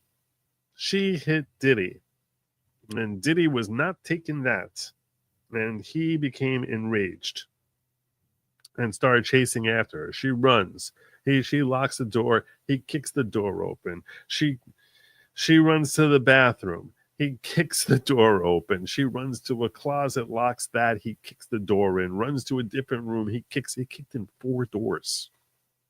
4 doors he kicked in before she tried running to the exit door. You would think, by the way, when the ADA was describing this, I'm thinking to myself, like, I'm practically screaming because he's sitting on these pews there, and I'm practically screaming like, "Get out of the pool! Get out of the pool! Get out of the pool!" She's not getting out of the pool. What are you running high in a closet? Come on, Diddy's coming. Diddy's coming. What are you doing? You don't go into a closet. What do you think? A closet's going to stop me? So we're like, oh, whoa, no, there's a closet. What am I going to do? No, get out of the pool. Get out of the pool. I'm like, come on. It's just, anyway. 4 doors more.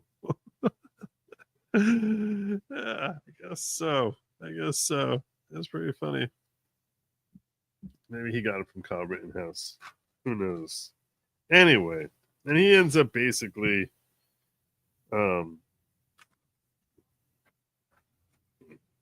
he puts a chokehold, kicks her, and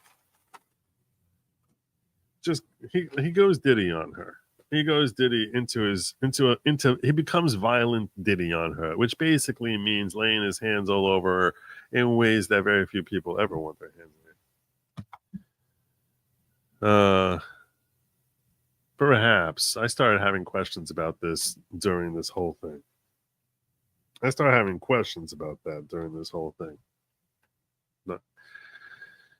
You had to have questions. You have to have questions. All right. That night, after kicking in 4 doors, far from being done, he punched her in the face and he kicked her and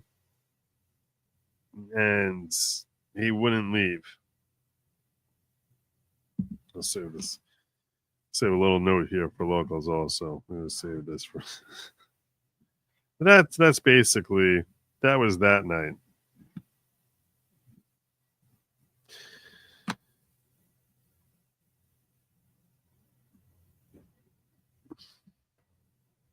And that encounter which she had that night was rather violent and describes it in ways using a word that starts with R that I can't use on YouTube.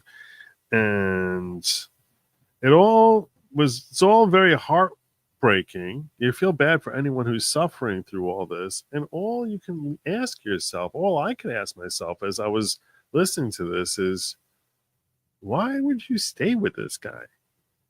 Like, seriously, why are you staying with this guy? Like, what is wrong with you? Anyway, and that for me, it's a problem. It's a problem the state needs to overcome. To say that, yeah, maybe there's extortion, maybe there's blackmail. We'll come to that a little bit during the defense's opening statement. And then she repeated how this is all about power control and the inner circle crew meeting his needs and covering up his crimes. And then she would talk about covering up the crimes. How would he cover up crimes? Well, he gave a hotel a brown bag of $100,000 to hide a video. And that he would hide Cassie away for days. And that basically he's trying to, part of this whole covering up crimes, which seems consistent with the criminal enterprise that you would be looking for in the RICO, is that he's trying to hide the evidence, bury the evidence, bury the evidence. And then she starts giving context where she says racketeering is an enterprise of crimes over time. And over here we have exploitation and bribery and obstruction of justice and the trafficking thing, which is trafficking. And then he says that's your first crime. Then we have trafficking standing alone. Two more charges of trafficking. One charge for traffic, and that, if he gets convicted on RICO, would be a maximum of life in prison. Then you have the trafficking. There are two trafficking charges standing alone. One for Cassie, one for Jane. And if convicted on trafficking, he would be facing a minimum of 15 years and maximum life in prison for each woman that he trafficked. The final two are for transportation of coitus for money. Transportation for the purpose of having coitus for money. And that refers to individuals who he brought across. You had to be transportation across state lines. And that, she said, is referring to 2 individuals who he was paying, 2 dudes that he paid to cross state lines in order to enjoy them doing their work with his girlfriends. And those are your 5 charges. Those are your 5 charges. She closed out her opening statement by saying, you're saying how? Well, that he forced and coerced and we're going to detail all those crazy nights. This is how we're going to prove it to you. We're going to detail all those crazy nights, and we're going to show you videos of some of them, not because we want to, but because you need to see just how horrific some of these are. And that, and we're not going to tell you just about these 2 women. We're going to introduce you to an employee named Mia, who was also a victim of his advances. And the witnesses were forced into an SUV at gunpoint, showing the kidnapping as part of the whole racketeering, and we're going to show you how he directed and filmed some of these people, and witnesses will come and talk about how they were assaulted and how they were drugged, and how and how he pulled Cassie by the hair. You're going to see messages begging not to do any more of these parties that he wants to do, and vids of the encounters, vids of the violence. You're going to see his array of guns and his medical bag, which is just, his medical bag is basically his host of drugs that he would be able to carry around with him, and his supplies that he would keep for his parties. And you're going to come to a conclusion that this was a criminal enterprise to cover up, to engage in his and feed his appetite and cover up those crimes. And that's the only conclusion you could reach. And there we have the end of the state's opening statements. As I pointed out to you, I was hearing all sorts of problems here. I'm hearing problems with this whole thing.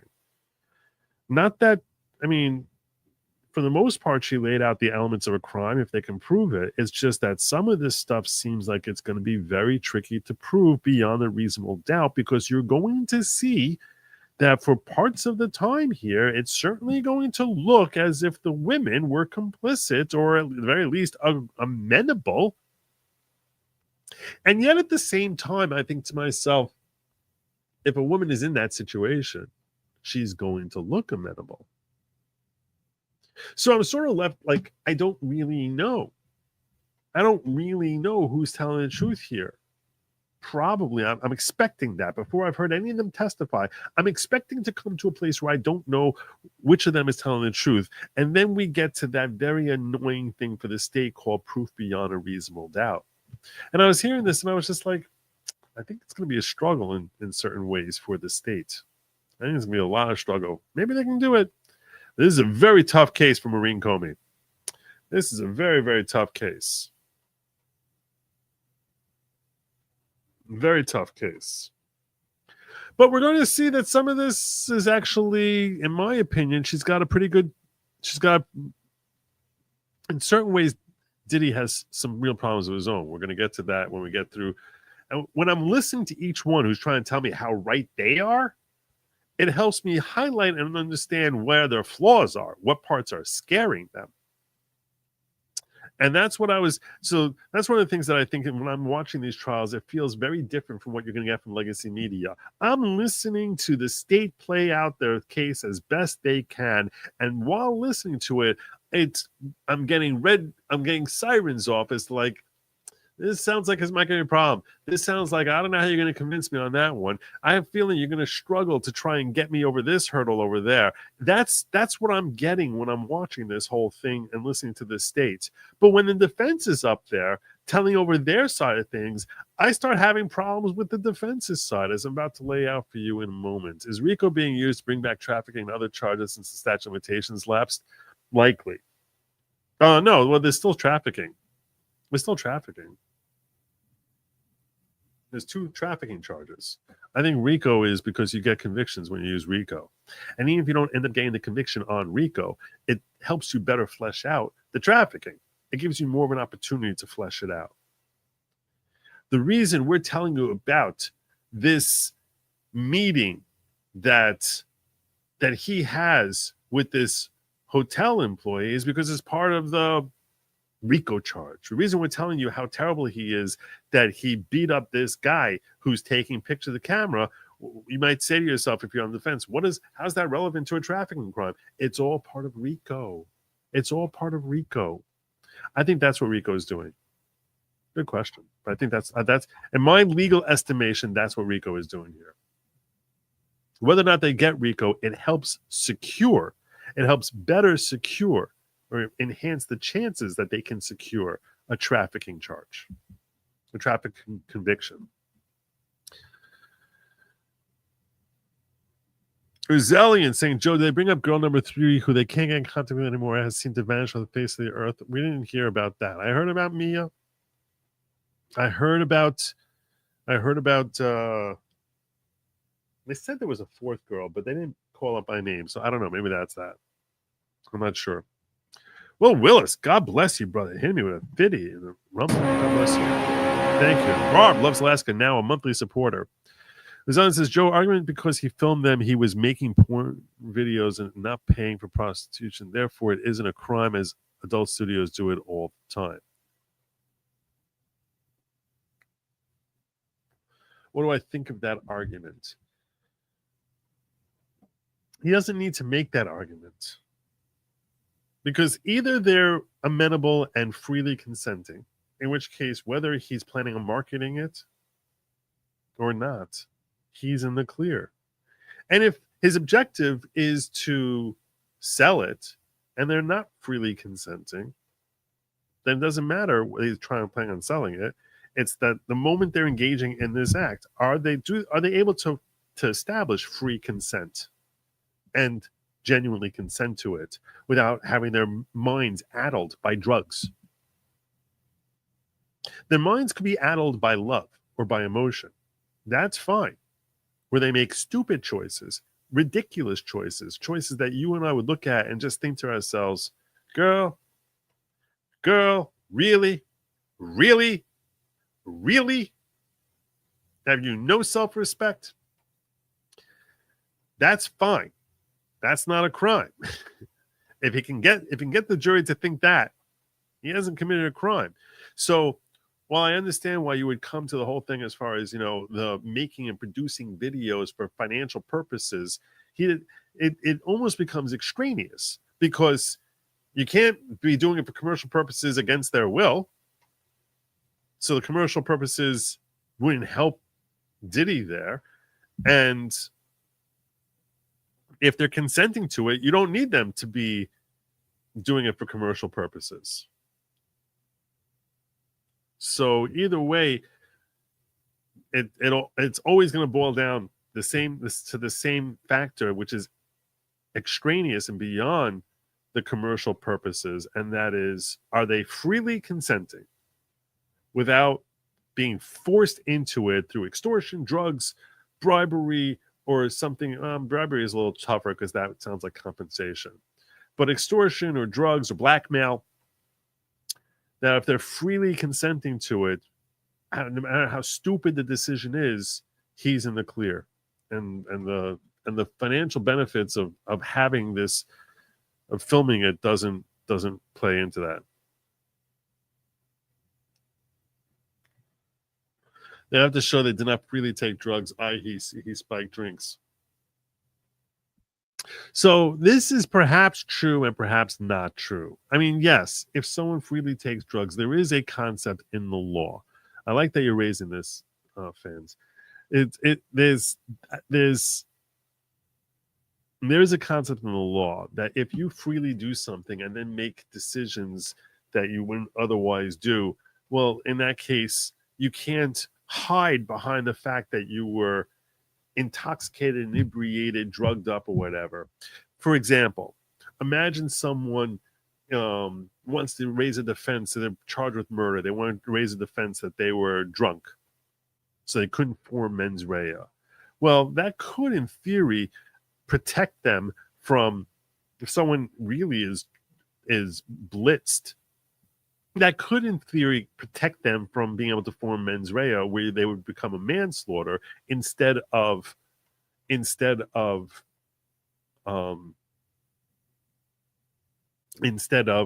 being a charge of murder.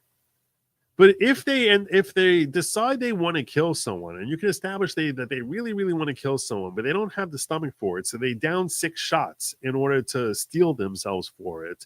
The fact that they're blitzed out of their mind, that they're bombed on alcohol or drugs, would not help insulate them. So if she's really like saying no, and he's like, fine, we won't do it, but hey, why don't we do drugs tonight? And she's like, okay, that I'll do. And she takes the drugs. And then when she's under the influence of the drugs, he's like, all right, now you're going to do it. It's like, okay, now let's do it. That's arguably not going to protect Diddy, right? I mean, I think that's logical. I'm so drunk because bartenders served me drinks before I crashed my car into that family. Yeah. So, all right. Let's get into defense. Let's talk about defense. Defense was given by Tenny Garagos. She introduced herself. The assistant district attorney who gave opening statements, did not introduce herself by name. I wonder if that's a choice or not, that we just want you to think of us as United States rather than as a person. I don't know. But this individual was never addressed by name. And I get pictures of the district attorneys. I might be able to deduce her name. In fact, I want to take a moment and see if I can do that. List of district attorneys prosecuting Diddy.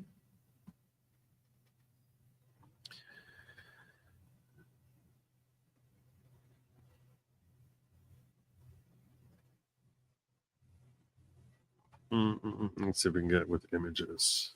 No, that's not working. All right, I got a list here.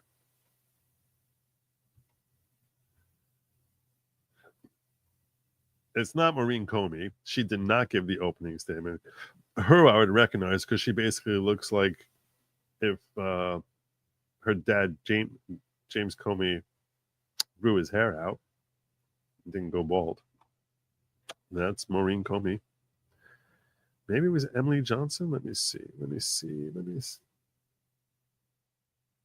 Oh, should I say Emily Johnson? She's the one who delivered the opening statement. So that's it. Emily Johnson. Let's see if we can get a picture.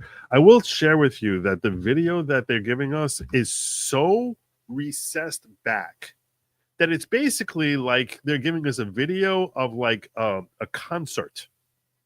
This is what it feels like. It's like there's a concert and it's so far back.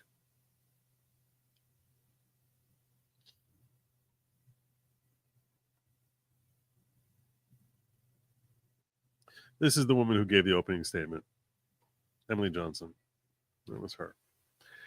You can't make out their faces. You can't. I couldn't even find Diddy in the room.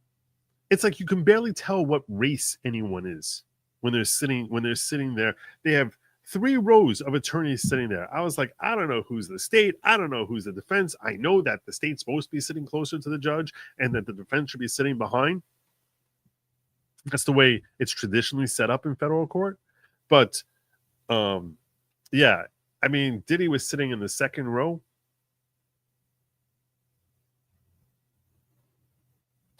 And the filming. So I'm sitting in a viewing room where they basically, I'm not sitting in the nosebleed section, Nana Bear.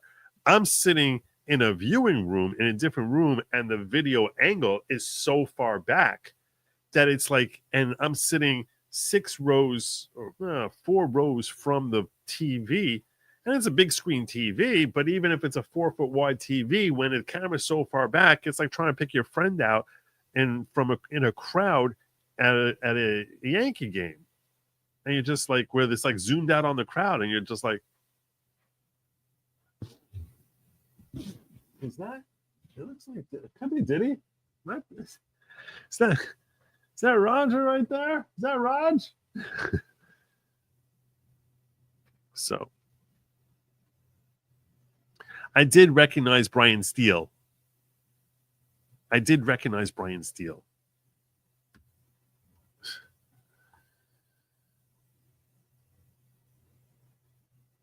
Some of the allegations are decades old. Does that hold any bearing in a court or to a jury? Only if it's beyond the statute of limitations, if they're decades old.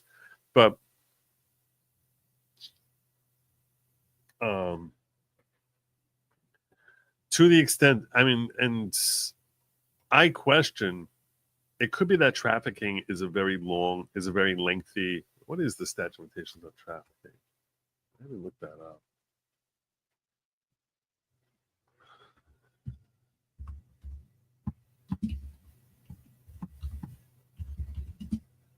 I think that might be 10 years.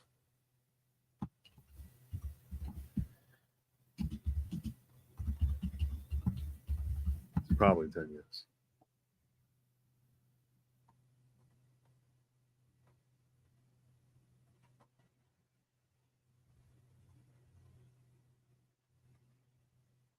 It is 10 years. So that's why they're going with Cassie and Jane, because they ran into 10 years. So federal courts do know how to broadcast. Congress needs to force the lower courts to be open with streaming. I wish. Oh, I would love to watch this with you guys. I would so far prefer that. I can't even tell you. It is what it is. All right. Mensch talked and got locked. Let's get into the defense counsel.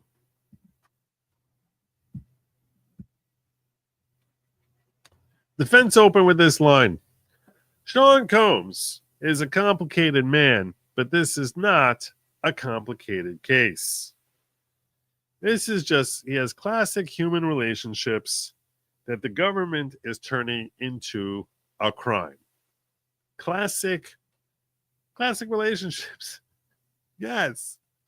Why are you refusing? Why are you refusing to engage in coitus with that stranger for 3 days? You're so difficult. I'm like, I understand you want to try and humanize him, make him like a normal guy. I know that. I was like, Tenny, I don't know that I really like that opening line there. Okay, look, you're going with what works for you. You're a skilled litigator, I'm sure. I'm sure you're a skilled litigator. I've never heard of her before today. But I wouldn't go in that way. This case is not what you heard on the news. We'll be crystal clear. He's born in Harlem, and he became wealthy by going into the music industry and revolutionizing the music industry. He's wealthy, very wealthy, and he has made every dollar himself. Is he famous? Yes. Is he wealthy? Yes.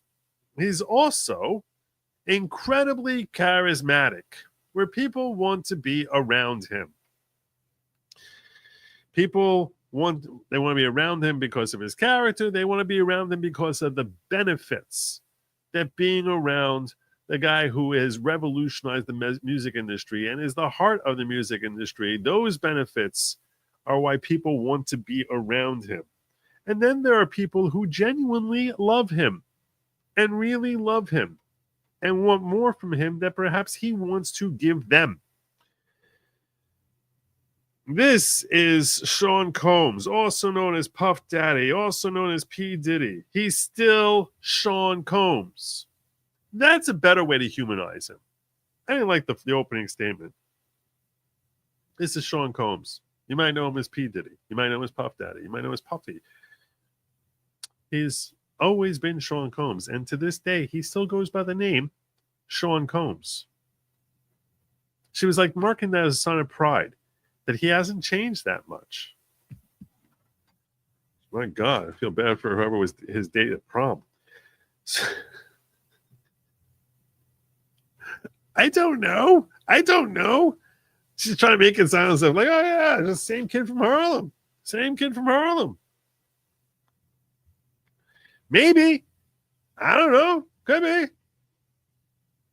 I wasn't there.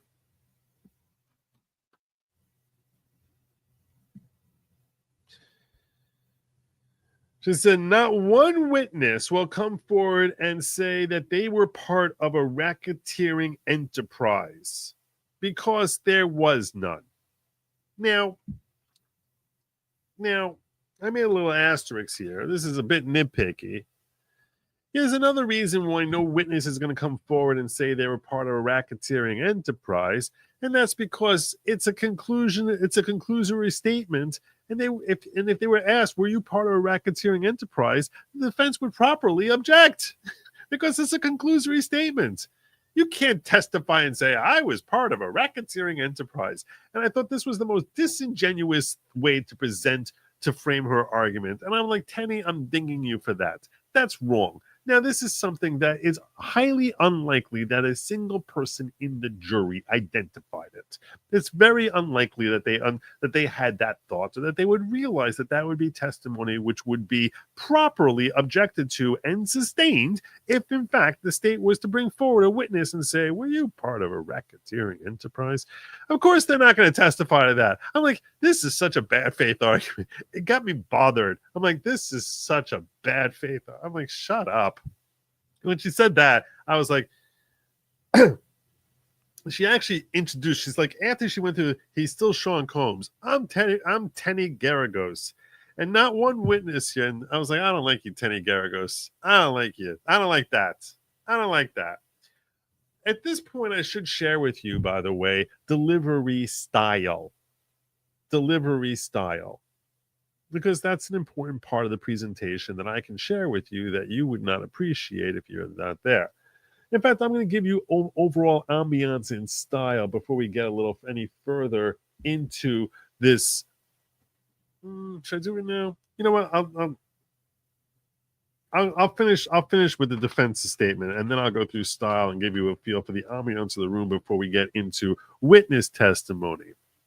Okay, you can tell this is going to take a while, right? I mean, it's pretty obvious. All right. She said this whole thing is about his private activities, meaning his private personal activities. And she said, we're going to be straight with you. When he's drunk, he gets violent. That's who Sean Combs is. When he gets drunk, he gets violent. We own it. When he's on drugs, he gets violent. When he gets angry, when he gets jealous, he gets violent. That is what he does. That is who he is. And you may at one time or many times think that he's a jerk or that he's mean. But he's not charged with being a jerk or being mean. He's charged with trafficking. And that is something he didn't do. Now, let me be very clear about this, said Tenny Garagos. Domestic violence is very serious. We're not trying to excuse domestic violence. It's a terrible, terrible thing. But he's not charged with domestic violence. He's charged with trafficking. And that's a very different thing. This is a case about personal accountability and irresponsibility. He was, you're going to see that he would get physical with people. You're going to see that he was a drug user. You're going to see that he has an unnatural attraction to using lubricant. None of these are federal crimes. I don't think she said unnatural, but she said that he has that his appetites. She said that he has an excessive supply of lubricant. I was liberalizing a little bit there, but then I realized none of you could possibly realize I was being liberal in my recitation. You're going to see that he loves drugs. That's not a federal crime. You're also going to see that these witnesses are strong, adult, capable women who made choices. They have personal responsibility and freedom to choose. Those choices come with consequences. Sometimes they're favorable, sometimes not so much. I didn't like her wording on that.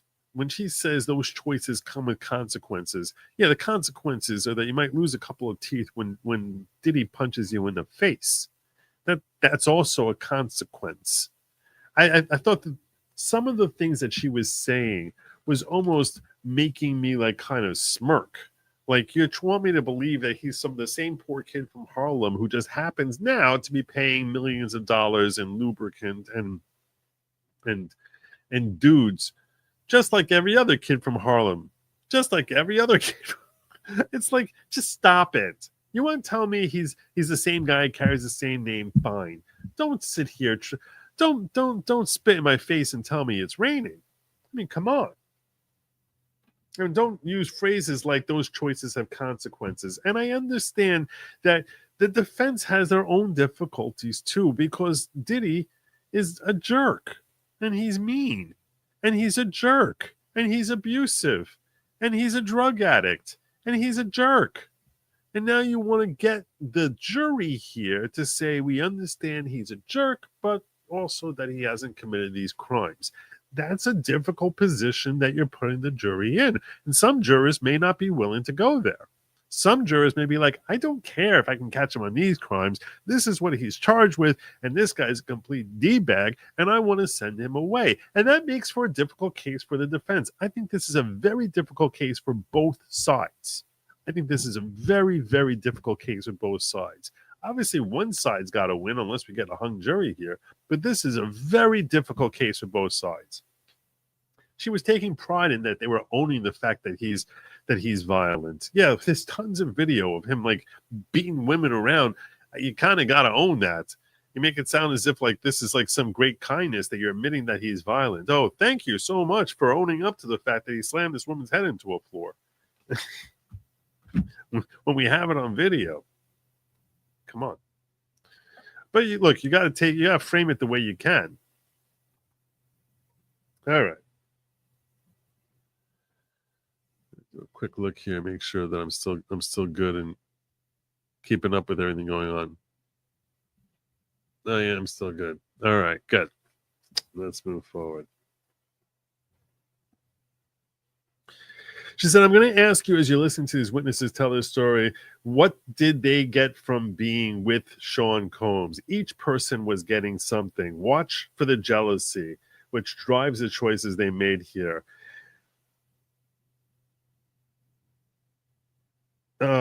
He had many women. He was always in many relationships.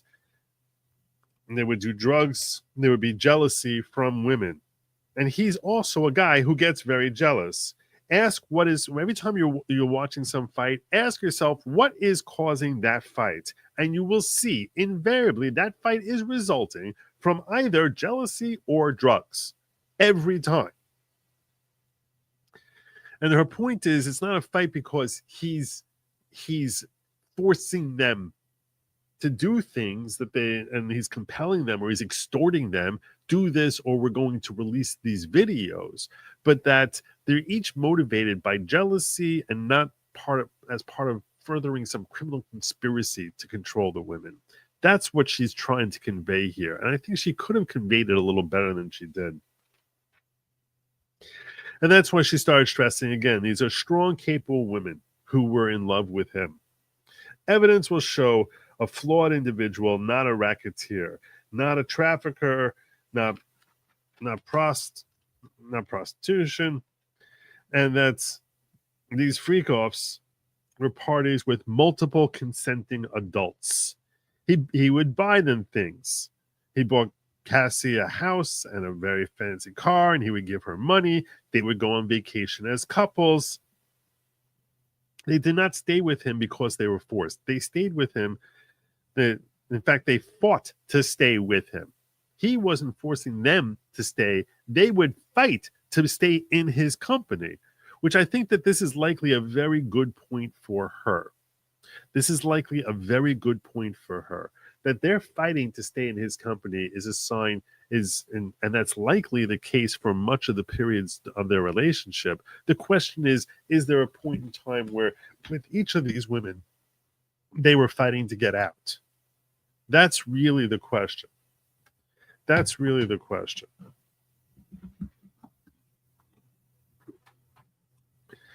She started going through the Cassie and Jane situation. Cassie's 11-year relationship, the fights surrounding the fights between Cassie and Diddy always were surrounding his cheating on her or her cheating on him.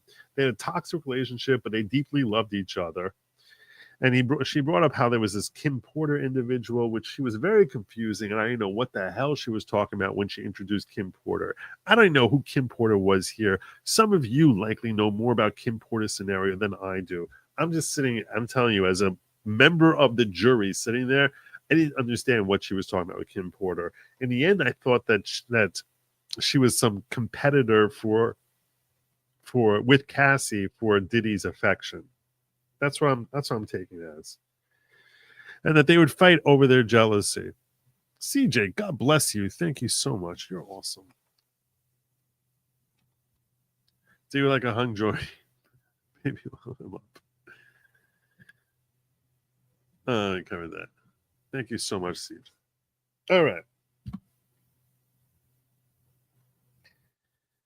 Let's get into the vid at the Intercontinental. This is what the Tenny Garagos from the Defense Council moved on to. There's a famous video, which I had never seen before, but many of you probably have, of P. Diddy beating Cassie around by an elevator bank in the Intercontinental Hotel. She said, "You're probably going to see this video later today." Meaning it's coming. And we want you to know that what he did was indefensible. It was horrible what he did. But that is not evidence of trafficking. It is evidence of domestic violence. When you're watching, bear in mind, this is not evidence of, and I kind of like the way she was taking the sting out. She's like, you're going to see this video later today. You're going to look at him and he's going to look horrible because we can't keep this out. The judge already said this is going to come in. She didn't say that, but that's what I'm interpreting from what she's saying. That he found that it's more probative than prejudicial, which is probably the right call on his part. You're going to see them carrying 2 bags. She's carrying 2 bags, and that he pulls her down by her hoodie, and he kicks her, and he stomps her, and he drags her by her hoodie, and you're going to see an illuminated phone, and there's a fight over that phone. And that's what this fight was about, that there's stuff on the phone that he doesn't like. And this is all domestic violence. It is not trafficking. And Cassie calls security, and this was ultimately an assault but he's not charged with assault. He's not, but it's not evidence of trafficking. Okay. And I think this was a wise move on her part. She's like, I know some of the ugly stuff you're going to see. Let me break it down for you, just how ugly it is, so you understand that when we're sitting here defending it, we know it's horrible. We know it's terrible. We know it's embarrassing. We know that it's inexcusable. We know it's criminal. We know it's criminal, but this is where your statute of limitations stuff starts coming in. This happened 9 years ago. Can't go for him for DV on a 9-year-old case. So he's not charged with DV. He's charged with trafficking. And that's, he said, and then Tenny goes, Cassie made a choice to stay with him and fight for him until one day she made a choice to leave. And she went to another man. And when she left, he didn't release videos. And I thought this was a great point that she was making. All this talk about, like, we're trapped here. He's going to release videos and ruin our lives. Well, Cassie leaves. And he wasn't too happy about it, probably. Did he release any videos? Was that a real threat? You're sitting there saying they felt threatened. Why are they feeling threatened when women leave? He doesn't use videos to keep them in place, and he doesn't punish them when they leave.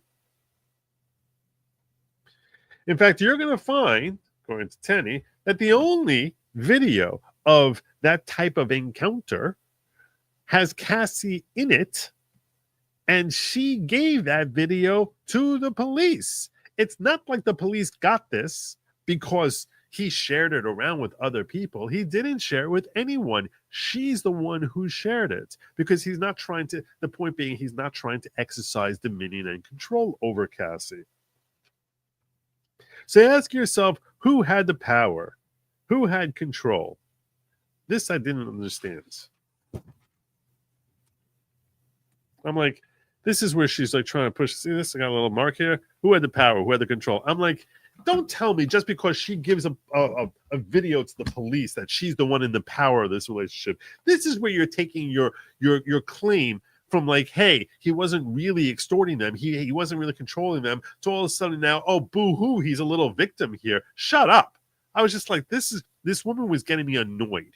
When I was listening to her, I was getting annoyed at her. I'm like, you're literally just spitting in my face, and then you're flicking my forehead, and you're telling me I'm walking through a rainstorm and a hailstorm. I was like, this is the stupidest. It was offensive. As someone who's not a complete and total idiot, which maybe the jurors are, I don't know, but I was just like, this is such an offensive way of framing this entire scenario that it's insulting. It's insulting.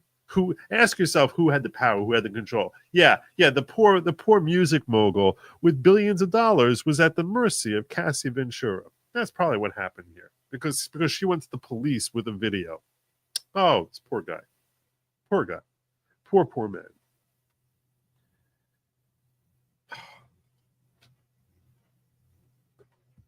So in the midst of the breakup, that Cassie came to the funeral for Kim Porter. And she came there, flew across the country because she wanted to support them. Even though they're in the middle of a breakup, she wanted to support Sean Combs because he knew because Cassie knew that this was going to be very difficult for Diddy to deal with.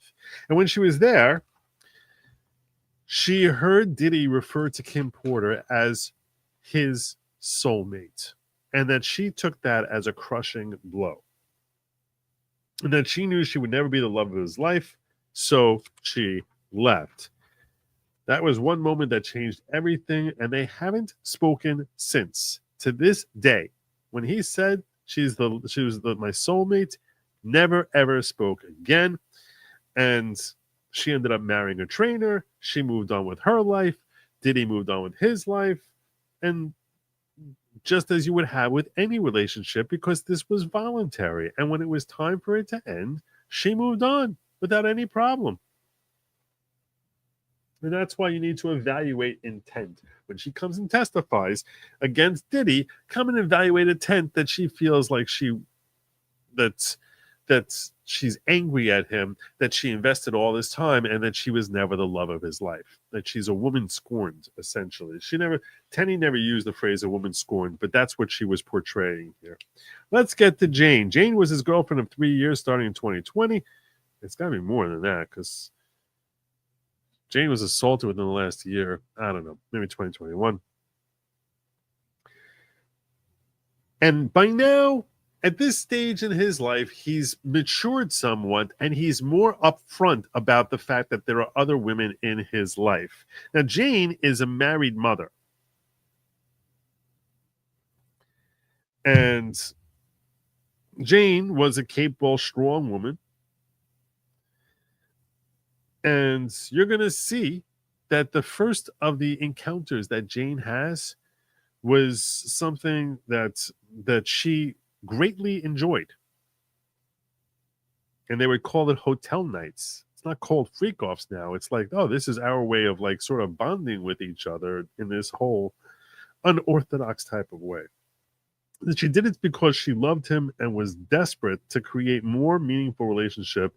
So she made the choice. That's what you need to remember here. She made that choice. She did it for love. She did it for the cuddles. She did it for time with Diddy. She was willingly engaged. And you might think to yourself, wow, Diddy is a really bad boyfriend. That's what Tenny said. You might say to yourself, wow, he's a really bad boyfriend. But that is not trafficking. If she walked away and lost him, that night with the defendant and see him on that what happened was that she saw him on Facebook. She walked away when she saw him on Facebook with someone else, and that what you're seeing from her is that she's expressing regret that she degraded herself so much for Diddy and still couldn't form the relationship with him that she was looking for. But at the time she's engaging in the relationship, she's totally fine with it. It's just that later, when she sees that, hey, no matter what I do for this guy, I'm never going to make him mine, that's when she's expressing regret. And what you're going to see her on the stand, that's her expression of regret. But these are free choices where she's trying to form a stronger relationship with him. Let's talk about that night a year ago where things got violent between them.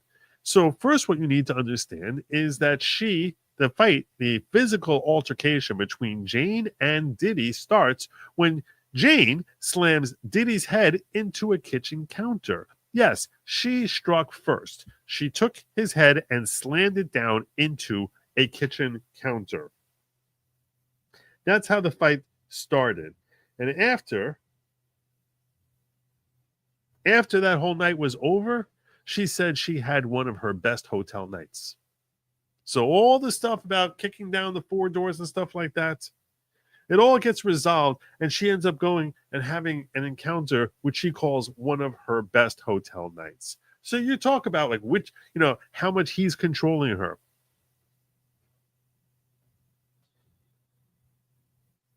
And when you see these vids, you're going to see vids of a consensual relationship that were meant to stay private and intimate. Let's talk about Mia, another woman that the state brought up. So when you're watching her, just watch and ask yourself, what is their motivation? Evaluate what is Mia's motive. Ask yourself, why didn't any of these people call the police? And you're going to find that all these people were in love with Diddy and wanted more time from him, or want to be in a circle for the money that it afforded them or the power. That everyone who's around him is a leech, essentially, is how she didn't phrase it like that. But all these people coming up here, they're all motivated by money. You're going to see that none of them go to the police when they have all these problems with him. None of them go to the police. You know where they go? First phone call they make is to a civil attorney to sue him. One person suing him for $30 million. Another person suing him for $22 million. They sue him for they get into his circle and want to get as close as possible to him so that they can enjoy the benefits of being around him. And then when they're dissatisfied with the way things end up, they end up suing him rather than running to the police because of his conduct. You're going to see bribery. They make claims that there's bribery where they gave money to a security guard. He gives money to a security guard in order to hide of the video at the Intercontinental. But he did that solely to avoid bad PR, not to hide from the police. That's why he's doing it. He doesn't want bad PR. When she mentioned this, you want to know the first person I thought of? I thought of Trump. And I said, how are we ever... and I may have big asterisks here. This is my note on that. Asterisk with a little triangle, testify, question mark. They're going to test... Is he going to testify? How would we know his motivation if he doesn't take the stand? A triangle is a reference that we make in law school. They teach you that in law school. You use a delta for defendant, and you use a pi sign for a plaintiff. So that's whenever if you ever see my notes and you see the little delta there, the little triangle, that's my way of saying defendant. I'll have a little W in a circle for witness. I gave Cassie her own little shorthand of CV because Cassie Ventura. I figure her name's going to come up a lot. And I thought of Trump because Trump did the same thing. He would pay people off for PR, and he was doing that 10 years before he was ever running for political office. And he just didn't want the bad PR that would come from associating with some of the women that he wanted to associate with. So I was like, that does make sense. It does make sense. Now, Trump didn't take the stand in his own criminal defense case. He had others who were managers who took the stand and testified as how they paid off women going back to like 2006, 2002 to bury stories, long before anyone thought of him in a political atmosphere, which I thought was pretty compelling evidence. And I guess if Sean Combs, it's likely that Puffy has done that in the past. I can't imagine he's going to take the stand. The first thought I had was like, holy heck, is he going to testify to try and say that the reason I paid that money was to help my PR? I was like, I can't believe that. So I assume we're going to have defense witnesses come forward to say that this was his pattern in history, that he would basically try and buy his way out of bad PR. not to obscure evidence. And the point being that it's not one of the RICO crimes that the state wants us to believe, that he's obstructing justice and that he's engaging in multiple crimes, one of them being obstruction by trying to buy this potentially incriminating evidence, but that he's trying to insulate himself from bad PR. And that could work. I thought it should have worked with Trump. I was like that. How is that not compelling? You can tell me that he's looking to win an election on this one, and he wasn't looking to win an election. Wasn't looking to win an election 10 years earlier. New York jury ended up buying. Oh yeah, this one when he's paying Stormy, that's totally to win an election, not at all for his PR, not at all to help smooth things over with his wife. It's only for the election. Preposterous. So I will tell you this: I don't think that it was.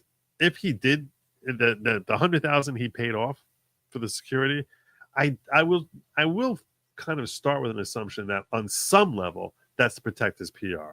Yes, yeah, I am starting with that assumption. I think it's crazy to think that on no level. Maybe some part of him was trying to insulate himself from a crime, but yeah, the negative PR of him, of a security surveillance footage showing him beating on a woman, that's got to be worth more than $100,000 to him financially. Yeah.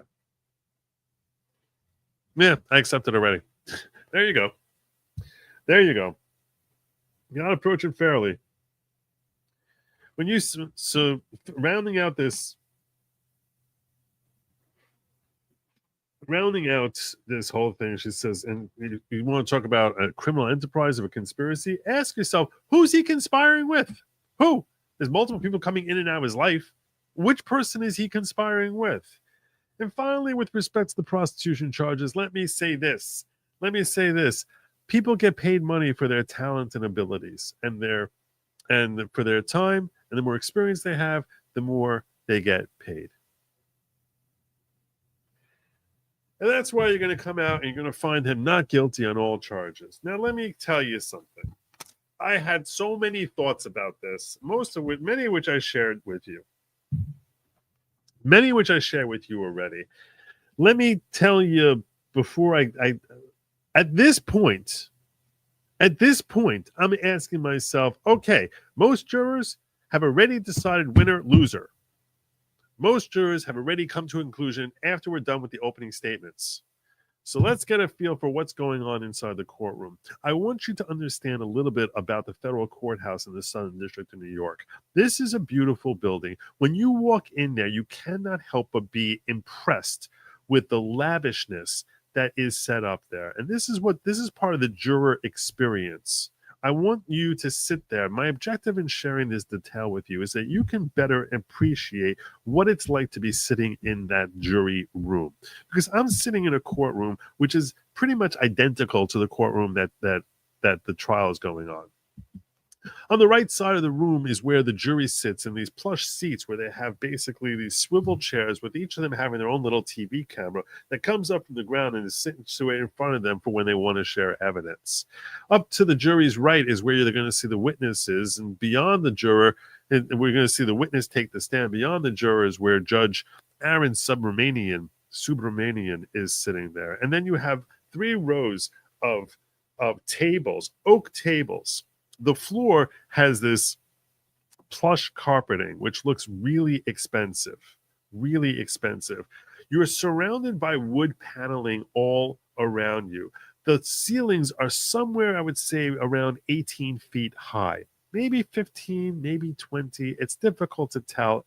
I'm going to tell you, I think I would estimate like 18 feet high, with long, narrow windows that are adorned by these very expensive drapes, which are mostly closed and hiding an exceptional view of the city. No one's looking outside, ever. No one stands by those windows and appreciates that view, because all of the action is inside. And when you're sitting in that jury, Diddy is sitting closest to you on that middle table. The front table has 4 U.S. attorneys. The middle table and back table are filled with attorneys and or paralegals. And the one sitting closest to you, and this is purposeful, this is intentional, is that they have Diddy sitting closest to the jury box. And then behind that third row of table are the gallery, and row after row of your traditional church pews, which one row will sit 8-person per bench. The other one, because there'll be an aisle down, there'll be a center aisle. The other row will sit 5 people per bench. This is the environment that they are in, and they are treated to being, whether they recognize it or appreciate it or not, they are treated to watching some of the best litigators in the country arguing this out. Because Maureen Comey, political hack or not, at the end of the day happens to be an exceptional attorney, as is her team almost certainly. I saw one great litigator, one great U.S. attorney after another from the Southern District of New York. Are they political? Almost certainly. Are they twisted liberal hacks? Most of them, almost certainly. Or neocons, little better. But do not underestimate their skill at litigating in a courtroom. They know what they are doing. They know how to word their questions. They know how to frame legal arguments. They know how to tactically prepare a case and set up witnesses. They know how to conduct a phenomenal and crisp direct, and they know how to cross. The opening felt a little flat to me. Little flat. But they are very skilled, and the defense counsel is no less equipped. They're very, very skilled. You all probably know Brian Steele from the Young Thug trial. He's the one who stood up Judge Glanville. I'm not familiar with the other attorneys for the defense counsel. They supposedly have certain levels of pedigree with respect to representing high caliber, wealthy clients who got in trouble, serious trouble in the past, in notorious trials. But this is the environment. Oh, and the walls are covered with wood paneling, elaborate wood paneling, and the ceiling is this high ceiling, which is a cream color, and has 2 rows of 5 massive chandeliers, each of which is probably as wide as I can spread my arms. I would estimate like these. It looks like almost if you took the dome light off of a car and enlarged it to 5 feet long, to 5 feet in diameter, and then suspended it from a ceiling on a pole that was 6 feet long. So they're suspended, and you have one of these, and then parallel to it, a second one. And in the ceiling, they have this crown molding, which looks very elaborate and very ornate. And they'll have 5, and they basically create from the crown molding like a trough where it's recessed into the ceiling a good 1.5 feet. And so the ceiling in the center where the lighting is set up looks noticeably deeper, higher than the areas which are not set up, which don't have the lights. It'll be like 2 lights here, and then like a little break in between where they have some molding over here. It looks like basically as if they took white beams, but they're made out of the same color as the rest of the ceiling, which is a cream color. And then this ornate crown molding, and then another 2 and another 2, 5 pairs of these dome lights, chandeliers, hanging from the ceiling. And then the judge is sitting up there like he was appointed from on high, which he was appointed by a president of the United States. In this particular case, we have Judge Aaron Subramanian. Judge Aaron Subramanian has only been a judge for a very brief while. I think he was appointed in 2022 by Joseph R. Biden. When you hear something like that, you will assume that he's a hack. You will assume that he's an idiot, or at the very least, that he is someone who is crazy, lefty, woke, lunatic New Yorker. I cannot speak to any of those latter elements to Judge Subramanian, but I will tell you this. When he was giving his opening instructions to the jury, Judge Subramanian sounds like a nervous young man. He did.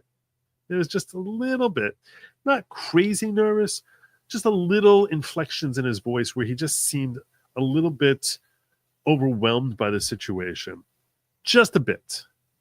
It's like if you're listening, you can hear a slight wobble in his voice every once in a while, even while he's reading the script. During the course of the first day of of witnesses, or I guess, the last few hours of the day. So last 3 hours that I got to see, he probably had, I would estimate, between 20 and 30 objections raised to him. And I will tell you this. The number was 20, 25, 30 objections made by the state, by the United States, objections made by the defense. Every call that he made, in my opinion, was 100% spot on. It is rare for me to see a judge make one call after another where I would actually say out loud, right before him, I was kind of like showing off. I was like, sustained, overruled, sustained, overruled, and one after another. So his balls and strike zone was at least day one. I can't speak to anything else. I haven't looked. I'll tell you this much also with respect to the Batson application that was made this morning before I got to the courtroom. That seemed like the right call. It seemed like the right call. So I don't know if he has an agenda. I would assume he probably does. I would, just given the fact that he's appointed by Joseph R. Biden. Yeah, I'm just gonna go off on a limb and just say he probably has a pretty serious agenda. But when it comes to calling balls and strikes in a trial, and the limited amount I've seen him as far as making decisions, I have yet to see him miss a single call. And that's pretty impressive. Unless you're saying I missed the call and we both missed the call together. That's possible. That's possible. But I was actually very impressed with his balls and strikes. Very impressed. Only day one, and there's going to be, hundreds more. Hundreds more.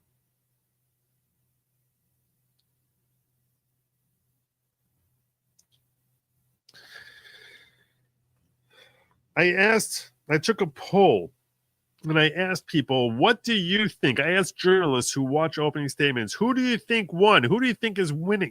I said to them, hey, they say at least 50% of the jury has picked a winner by the time opening statements has concluded. If that's true, what do you think? Are they leaning more state or more defense? What do you think? What did you hear? And I went around, I took this poll. Let me give you the results. Let's see it. What is it? Oh my God.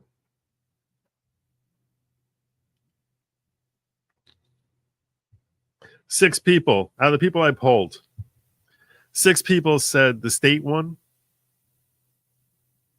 7 people said the defense. 3 people said they're not sure. 2 people said they don't want to answer my questions. Go away, you creepy old man. They didn't say creepy old man, but yeah. That's the result of my poll. That's not a win for the state. That's not a win for the state. It should, though. Sometimes DEI hires work out.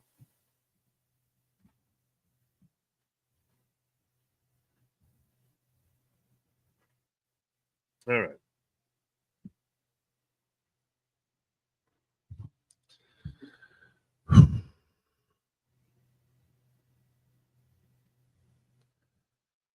Sometimes. Moving forward. I got a lot of ground to make up. It's already 12:20. I was supposed to start my locals, and I haven't begun to. Oh, let me tell you I'm going to tell you what my takeaway was on this. What was Joe's takeaway? Who's likely to win on this case? I should share that with you. I'll give that to you right now. In fact, you know what? Before I do, I gave it to you here and now. I'm going to take a poll. Let's take a poll. Based on how I laid this out.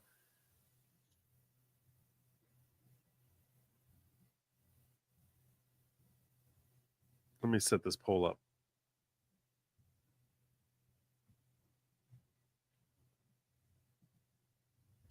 And I'll give you a choice.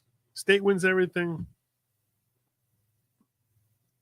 Defense wins everything. State full convictions.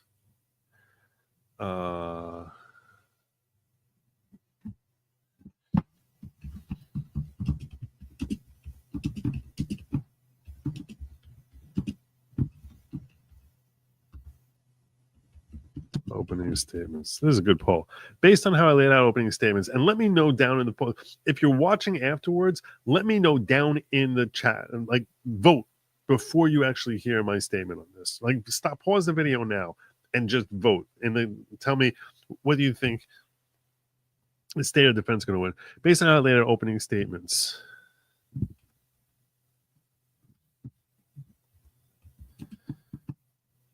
Full acquittal.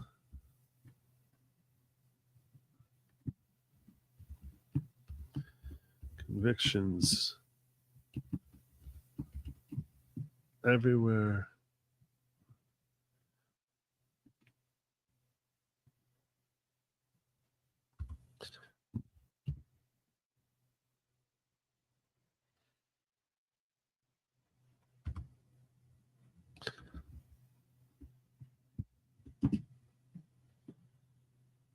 Five convictions or more conviction than acquittal.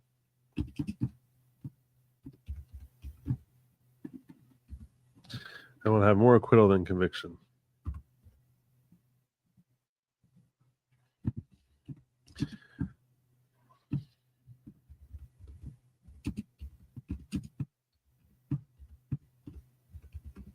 Five charges. So if you're going to have more convictions than acquittal, you have to be convicted at least 3. And more acquittal based on convictions, and then convictions will have to be acquitted on 3. There you go. There's your poll. It's a good poll. Very good poll.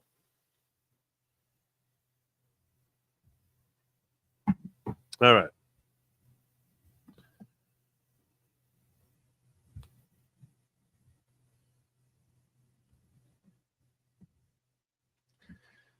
I'm going to try and move a little faster here through the testimony, okay? Because spent a lot of time here breaking down the oral arguments. I think that presents the stage. The first witness up there is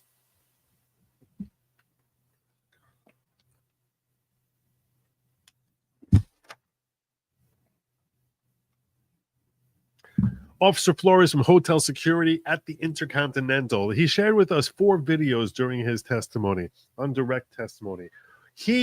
Those 4 videos include the notorious video of Cassie being flung around by an elevator bank, as predicted by the state.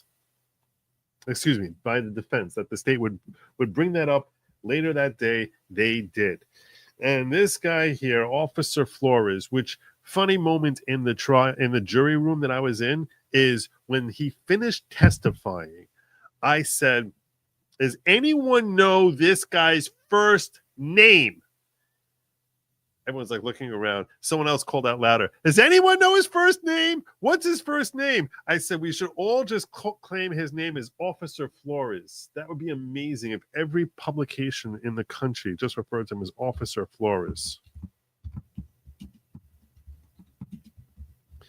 But then someone said you could probably find it on Google.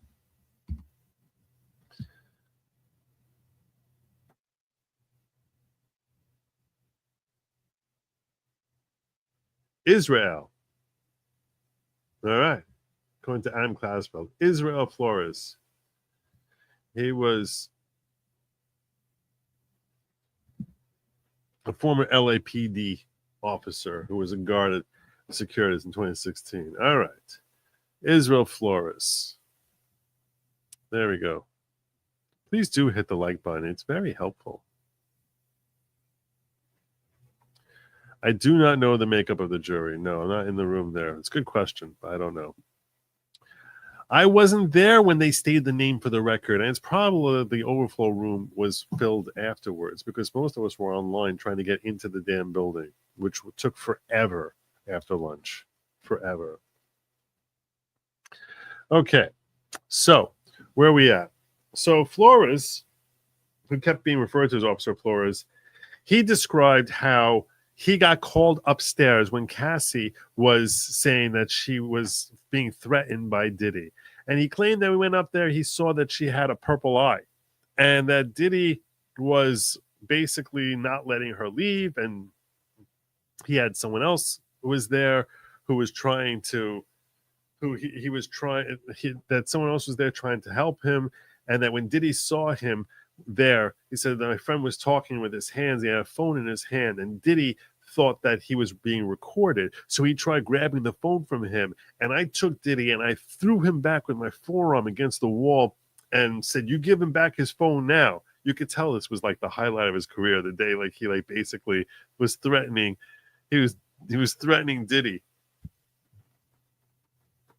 You can tell this was definitely a big day for him. Later on, when I reviewed the video, I saw that here he was, that he had basically, you have an elevator bank. So now imagine that you come out of an elevator and you're by the bank of elevators, and then you have to make either a right or you have to make a right or a left. Well, so you have to come out of the elevator bank, make a right, and go all the way down this long corridor. And at the end of the corridor was where Diddy's room was on the right, on the 6th floor of the Intercontinental.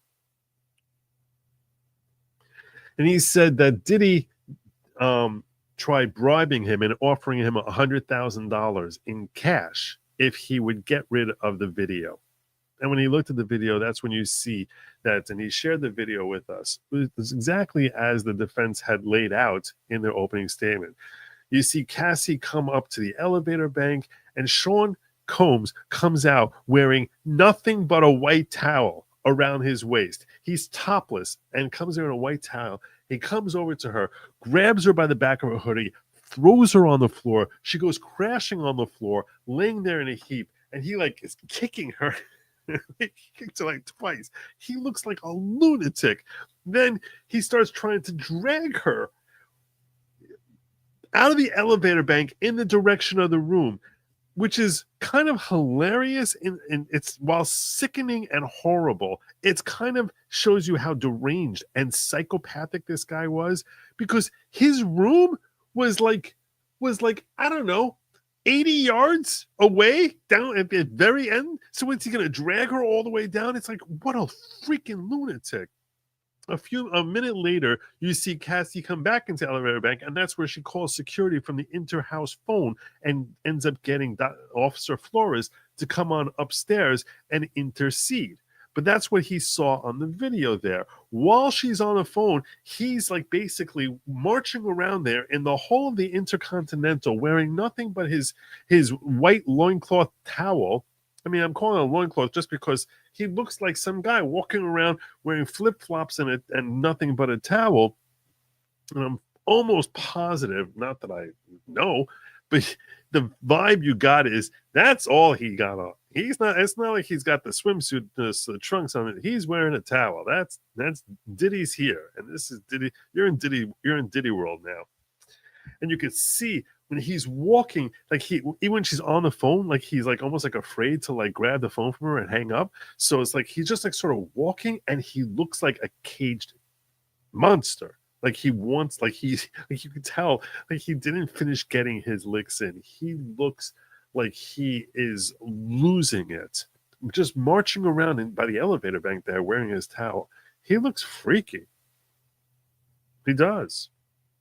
So Israel Flores says how and ultimately he ends up agreeing to let her leave. And what does he do? So, and then he shares the video and he goes through the whole scenario there. He said he walked Sean Combs back to his room, and inside the room there was another guy who was sitting on the bed who never got up the entire time. What's his name? I don't know. Can you describe him? No, he was just sitting on the bed there. Anything happened with him? No. There was some guy in there. Okay. And he explained how he had to like hold him up against the wall, and how he made an incident report, and that they introduced the incident report into evidence, and then they introduced the videos into evidence. And that's the incident that we have there, where basically he looks like he's beating the snot out of Cassie. Cross-examination. Oh, yeah, he's offered $100,000 in a bag, but he wouldn't take it. He's like, keep your freaking money. I'm not taking that. Also, they told him, you're going to have, when his office manager came there, he's like, you're going to have to pay for the damage. Because he had basically broken a vase, and he took pictures of some of the damage that resulted from Diddy carnage, and to the hotel, and tell him he's going to have to pay for the damage. Cross-examination was by Brian Steele. And I'm going to tell you something. I've seen Brian look like a great attorney. This was not a great day for him. Some of the interactions and exchanges, the audience that I was sitting in was laughing. And that's because Officer Flores, he just seemed very chilled. One of the videos that he had looked like the same video as the first one of Cassie being beaten around. And we're like, what's this? He said, I decided to film on my own phone the security surveillance footage. So he did that himself. That he secured the video surveillance footage. And like, why would you do that? He's like, well, I wanted to have it documented. And as soon as he said that, I said, I know why. It's TMZ. That's why. I got video of Diddy beating on a girl. You think I'm going to let someone else sell that? No, sirree, Bob. That went straight to TMZ. I know how this stuff works. I've been around the block enough. I'm sure he's been around the block. It's like, that is classic TMZ right there. Sean Combs getting violent with some woman.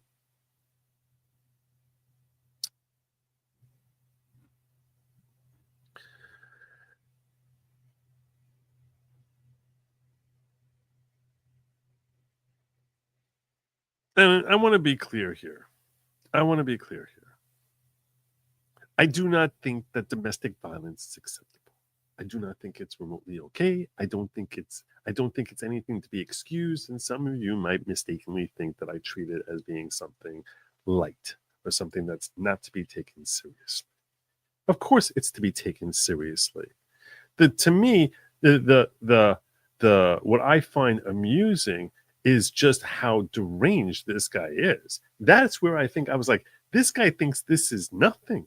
You're living in Diddy world. That's what this is. No one should think that DV is anything less than horrible perpetrated by utter monsters, but that he doesn't even realize just what a freak he is. He is crazy. That's, to me, that's what I think. And then when you're sitting here seeing people and how they're dealing with Diddy in Diddy world, to me, I think some of it's funny. I do. So I just want to be crystal clear about that. But to the extent that anyone, God forbid, is finding themselves in a situation where you're dealing with someone who's remotely like Diddy, first and foremost, I urge you to get help. And secondly, get the heck out, please. Because DV is not a funny thing. Where are we at here? Cross-examination. The incident report.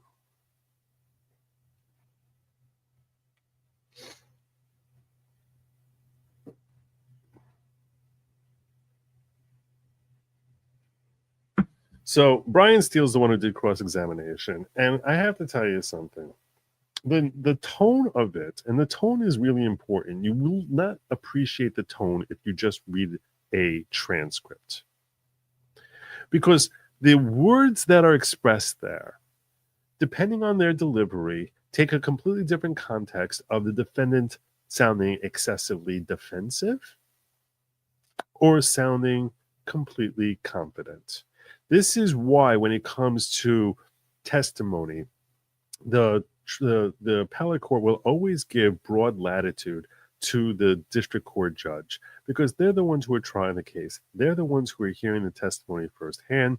They're the ones who are in the best position to assess the credibility of witnesses and the tone that's going on in the room.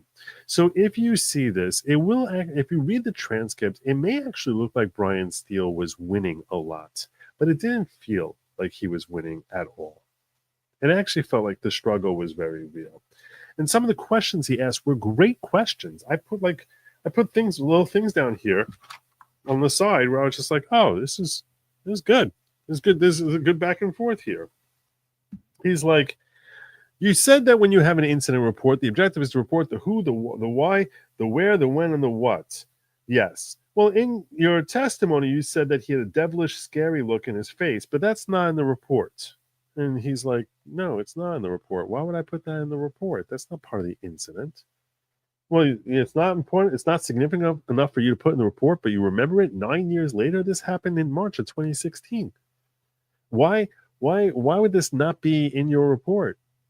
Because it's not important, but you remember it. So it wasn't significant enough for you to put down your report and remember it there, but you happen to remember that 9 years later. And I was like, yeah, that doesn't sound like something you would put in a report, but if you were there and you're dealing with Sean Combs, I can understand you remembering it. That's not crazy. And we saw the video, and he looked like he had a devilish, scary look in his face. So yeah, he's also seen that video a lot of times. So yeah. He said, you never radio for assistance, so there's no aggressive movement towards you or to Cassie. You talk about purple eye. You didn't put that in the incident report. Wouldn't that be significant? And that I thought was a good point by him. That I thought was the best point that Brian Steele made. That he's like, you're saying that she had a black eye, but that's not in the incident report. You told her that she can go get the police. In your testimony, you said that you told her she can contact the police, and she said she didn't want to contact the police. That's not in the incident report either. Why is that not there? He's like, I didn't think it was significant. What do you mean it's not significant? Don't you think that would help insulate the hotel that you took proper procedure and offered her that, and that she refused that? He's like, that's not what an incident report is about. So no, I didn't think it was significant. But you remember it 9 years later. He's like, yeah, I remember it. Because I said to her, do you want to go to the police? And she said no. So I remember it, but it's not something I need to put in an incident report.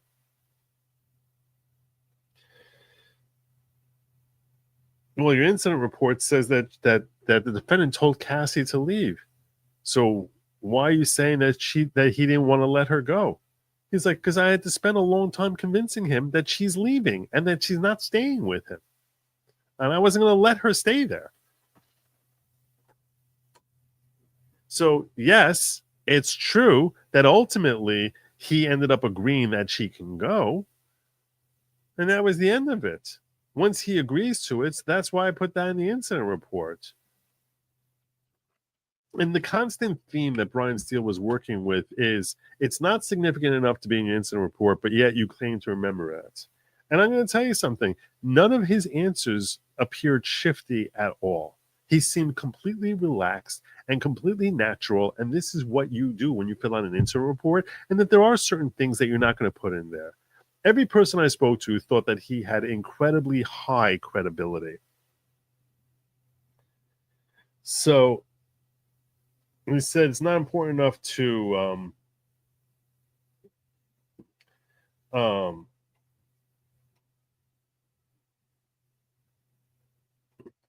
he said, and then he asked, how do you know the money was being offered as a bribe? You had just told him that he has to pay damages. So then he goes into the other room and he basically comes back with a bag of cash. What? Obviously, he's coming to pay you for the damages. And he just looks at Brian Steele. He's like, that was 100% offering me a bribe. Definitely, absolutely 100% offering me a bribe. And he said it with such conviction. He's like, he wasn't paying for anything. There's no reason to give me the money. He was 100% offering me a bribe. It just felt like it really blew. Now, if you just read the transcript, you could be reading it as, no, it was 100% offering me a bribe. That's what I'm saying is you have no idea what's being testified to when you just read the transcript. Only those of us who actually watched the trial would know the complete conviction that this guy had, because you cannot hear conviction or emptiness in the voice and the face and the mannerisms when you're just reading a transcript. All of that gets completely lost. So,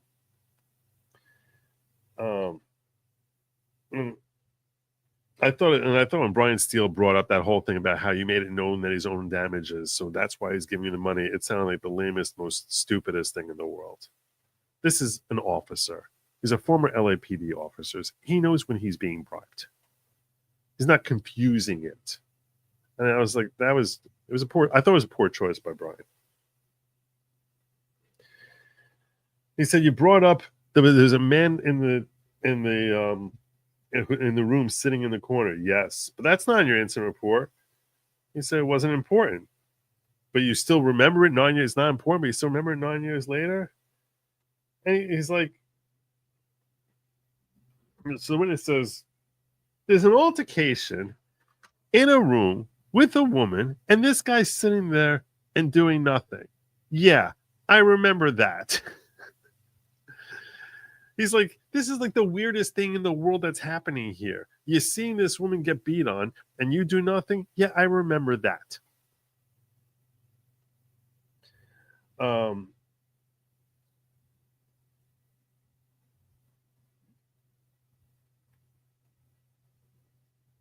then when he brought up the whole thing about how she rejected calling LAPD and that he didn't put that in his incident report. So he goes, look, on the incident report, if I make a left turn instead of a right turn, I can remember it, whether I made the left or the right, but I'm not putting that in the incident report.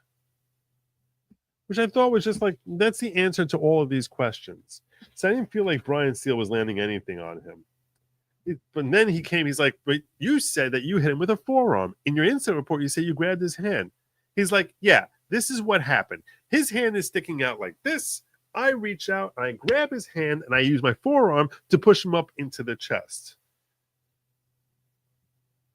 And you can tell when he's doing this, it's like very obvious if you think about it for a second. This is a guy having a physical altercation with P. Diddy. I think he's probably going to remember the details. He probably told this story over 1,000 times. This is probably the most memorable story of his life. He probably has the details down pretty well, even if it's not in the incident reports. Even if it's not written there.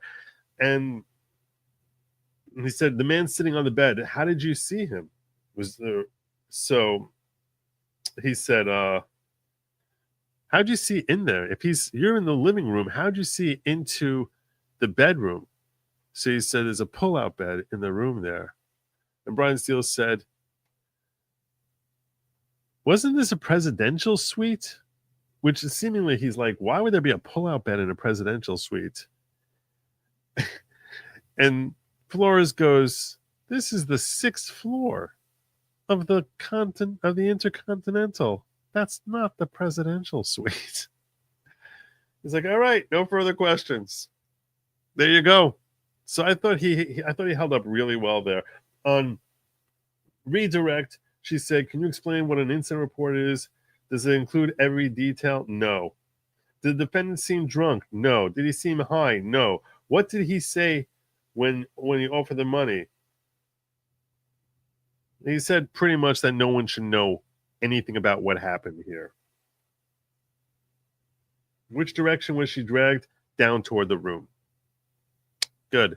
No further questions. And then on recross, he says motion or sensor videos, yes. Are there gaps in it because sometimes it's off? Yes, fine. That's it. End of that witness. We're done with that. We're up to witness number 2.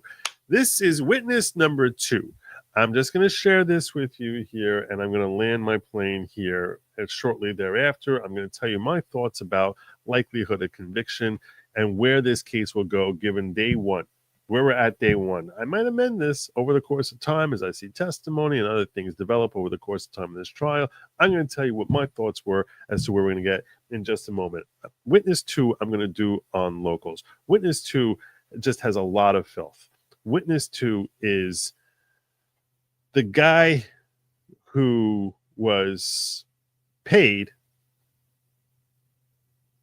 to engage with Cassie and performed in front of Diddy. And he tells over his story of everything he saw while he was engaging with Cassie. This is something I really don't want to talk about in detail on YouTube. I'll talk about it in locals. There's a link in the description. There's a link down in below. If you want to hear the details about this testimony, I will tell you the witness seemed they only started cross so far. They have not finished the cross on this guy. But he has a lengthy tale about from the first time he met Cassie to his other meetings with Cassie, with Diddy there, interactions with Diddy, violence by Diddy, very descriptive questions about what was happening in this whole thing. And that part, I'm going to save all of that for locals. I think it's most appropriate to talk about this guy and who he is and what he did. And this guy's name is Daniel Phillip. And his direct examination came from Maureen Comey. And that I'm going to say for locals. I'm going to tell you this. My thoughts after watching opening statement is this. I think the state is really, let me see where the poll is at. I hope you all voted by now. I'm going to end the poll here with 200 votes. Comes in that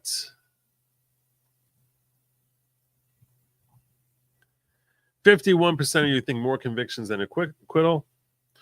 27% say more acquittal than convictions. 14% say 5 convictions. 7% say full acquittals. I'll tell you right now. The RICO charges, I don't see how you gain the trafficking. I don't think they're going to get the trafficking. When they're that involved, and they have to explain to us about how she sort of liked it and didn't like it, and she's arranging the freak-offs, and she's not arranging, she's part of this whole thing here.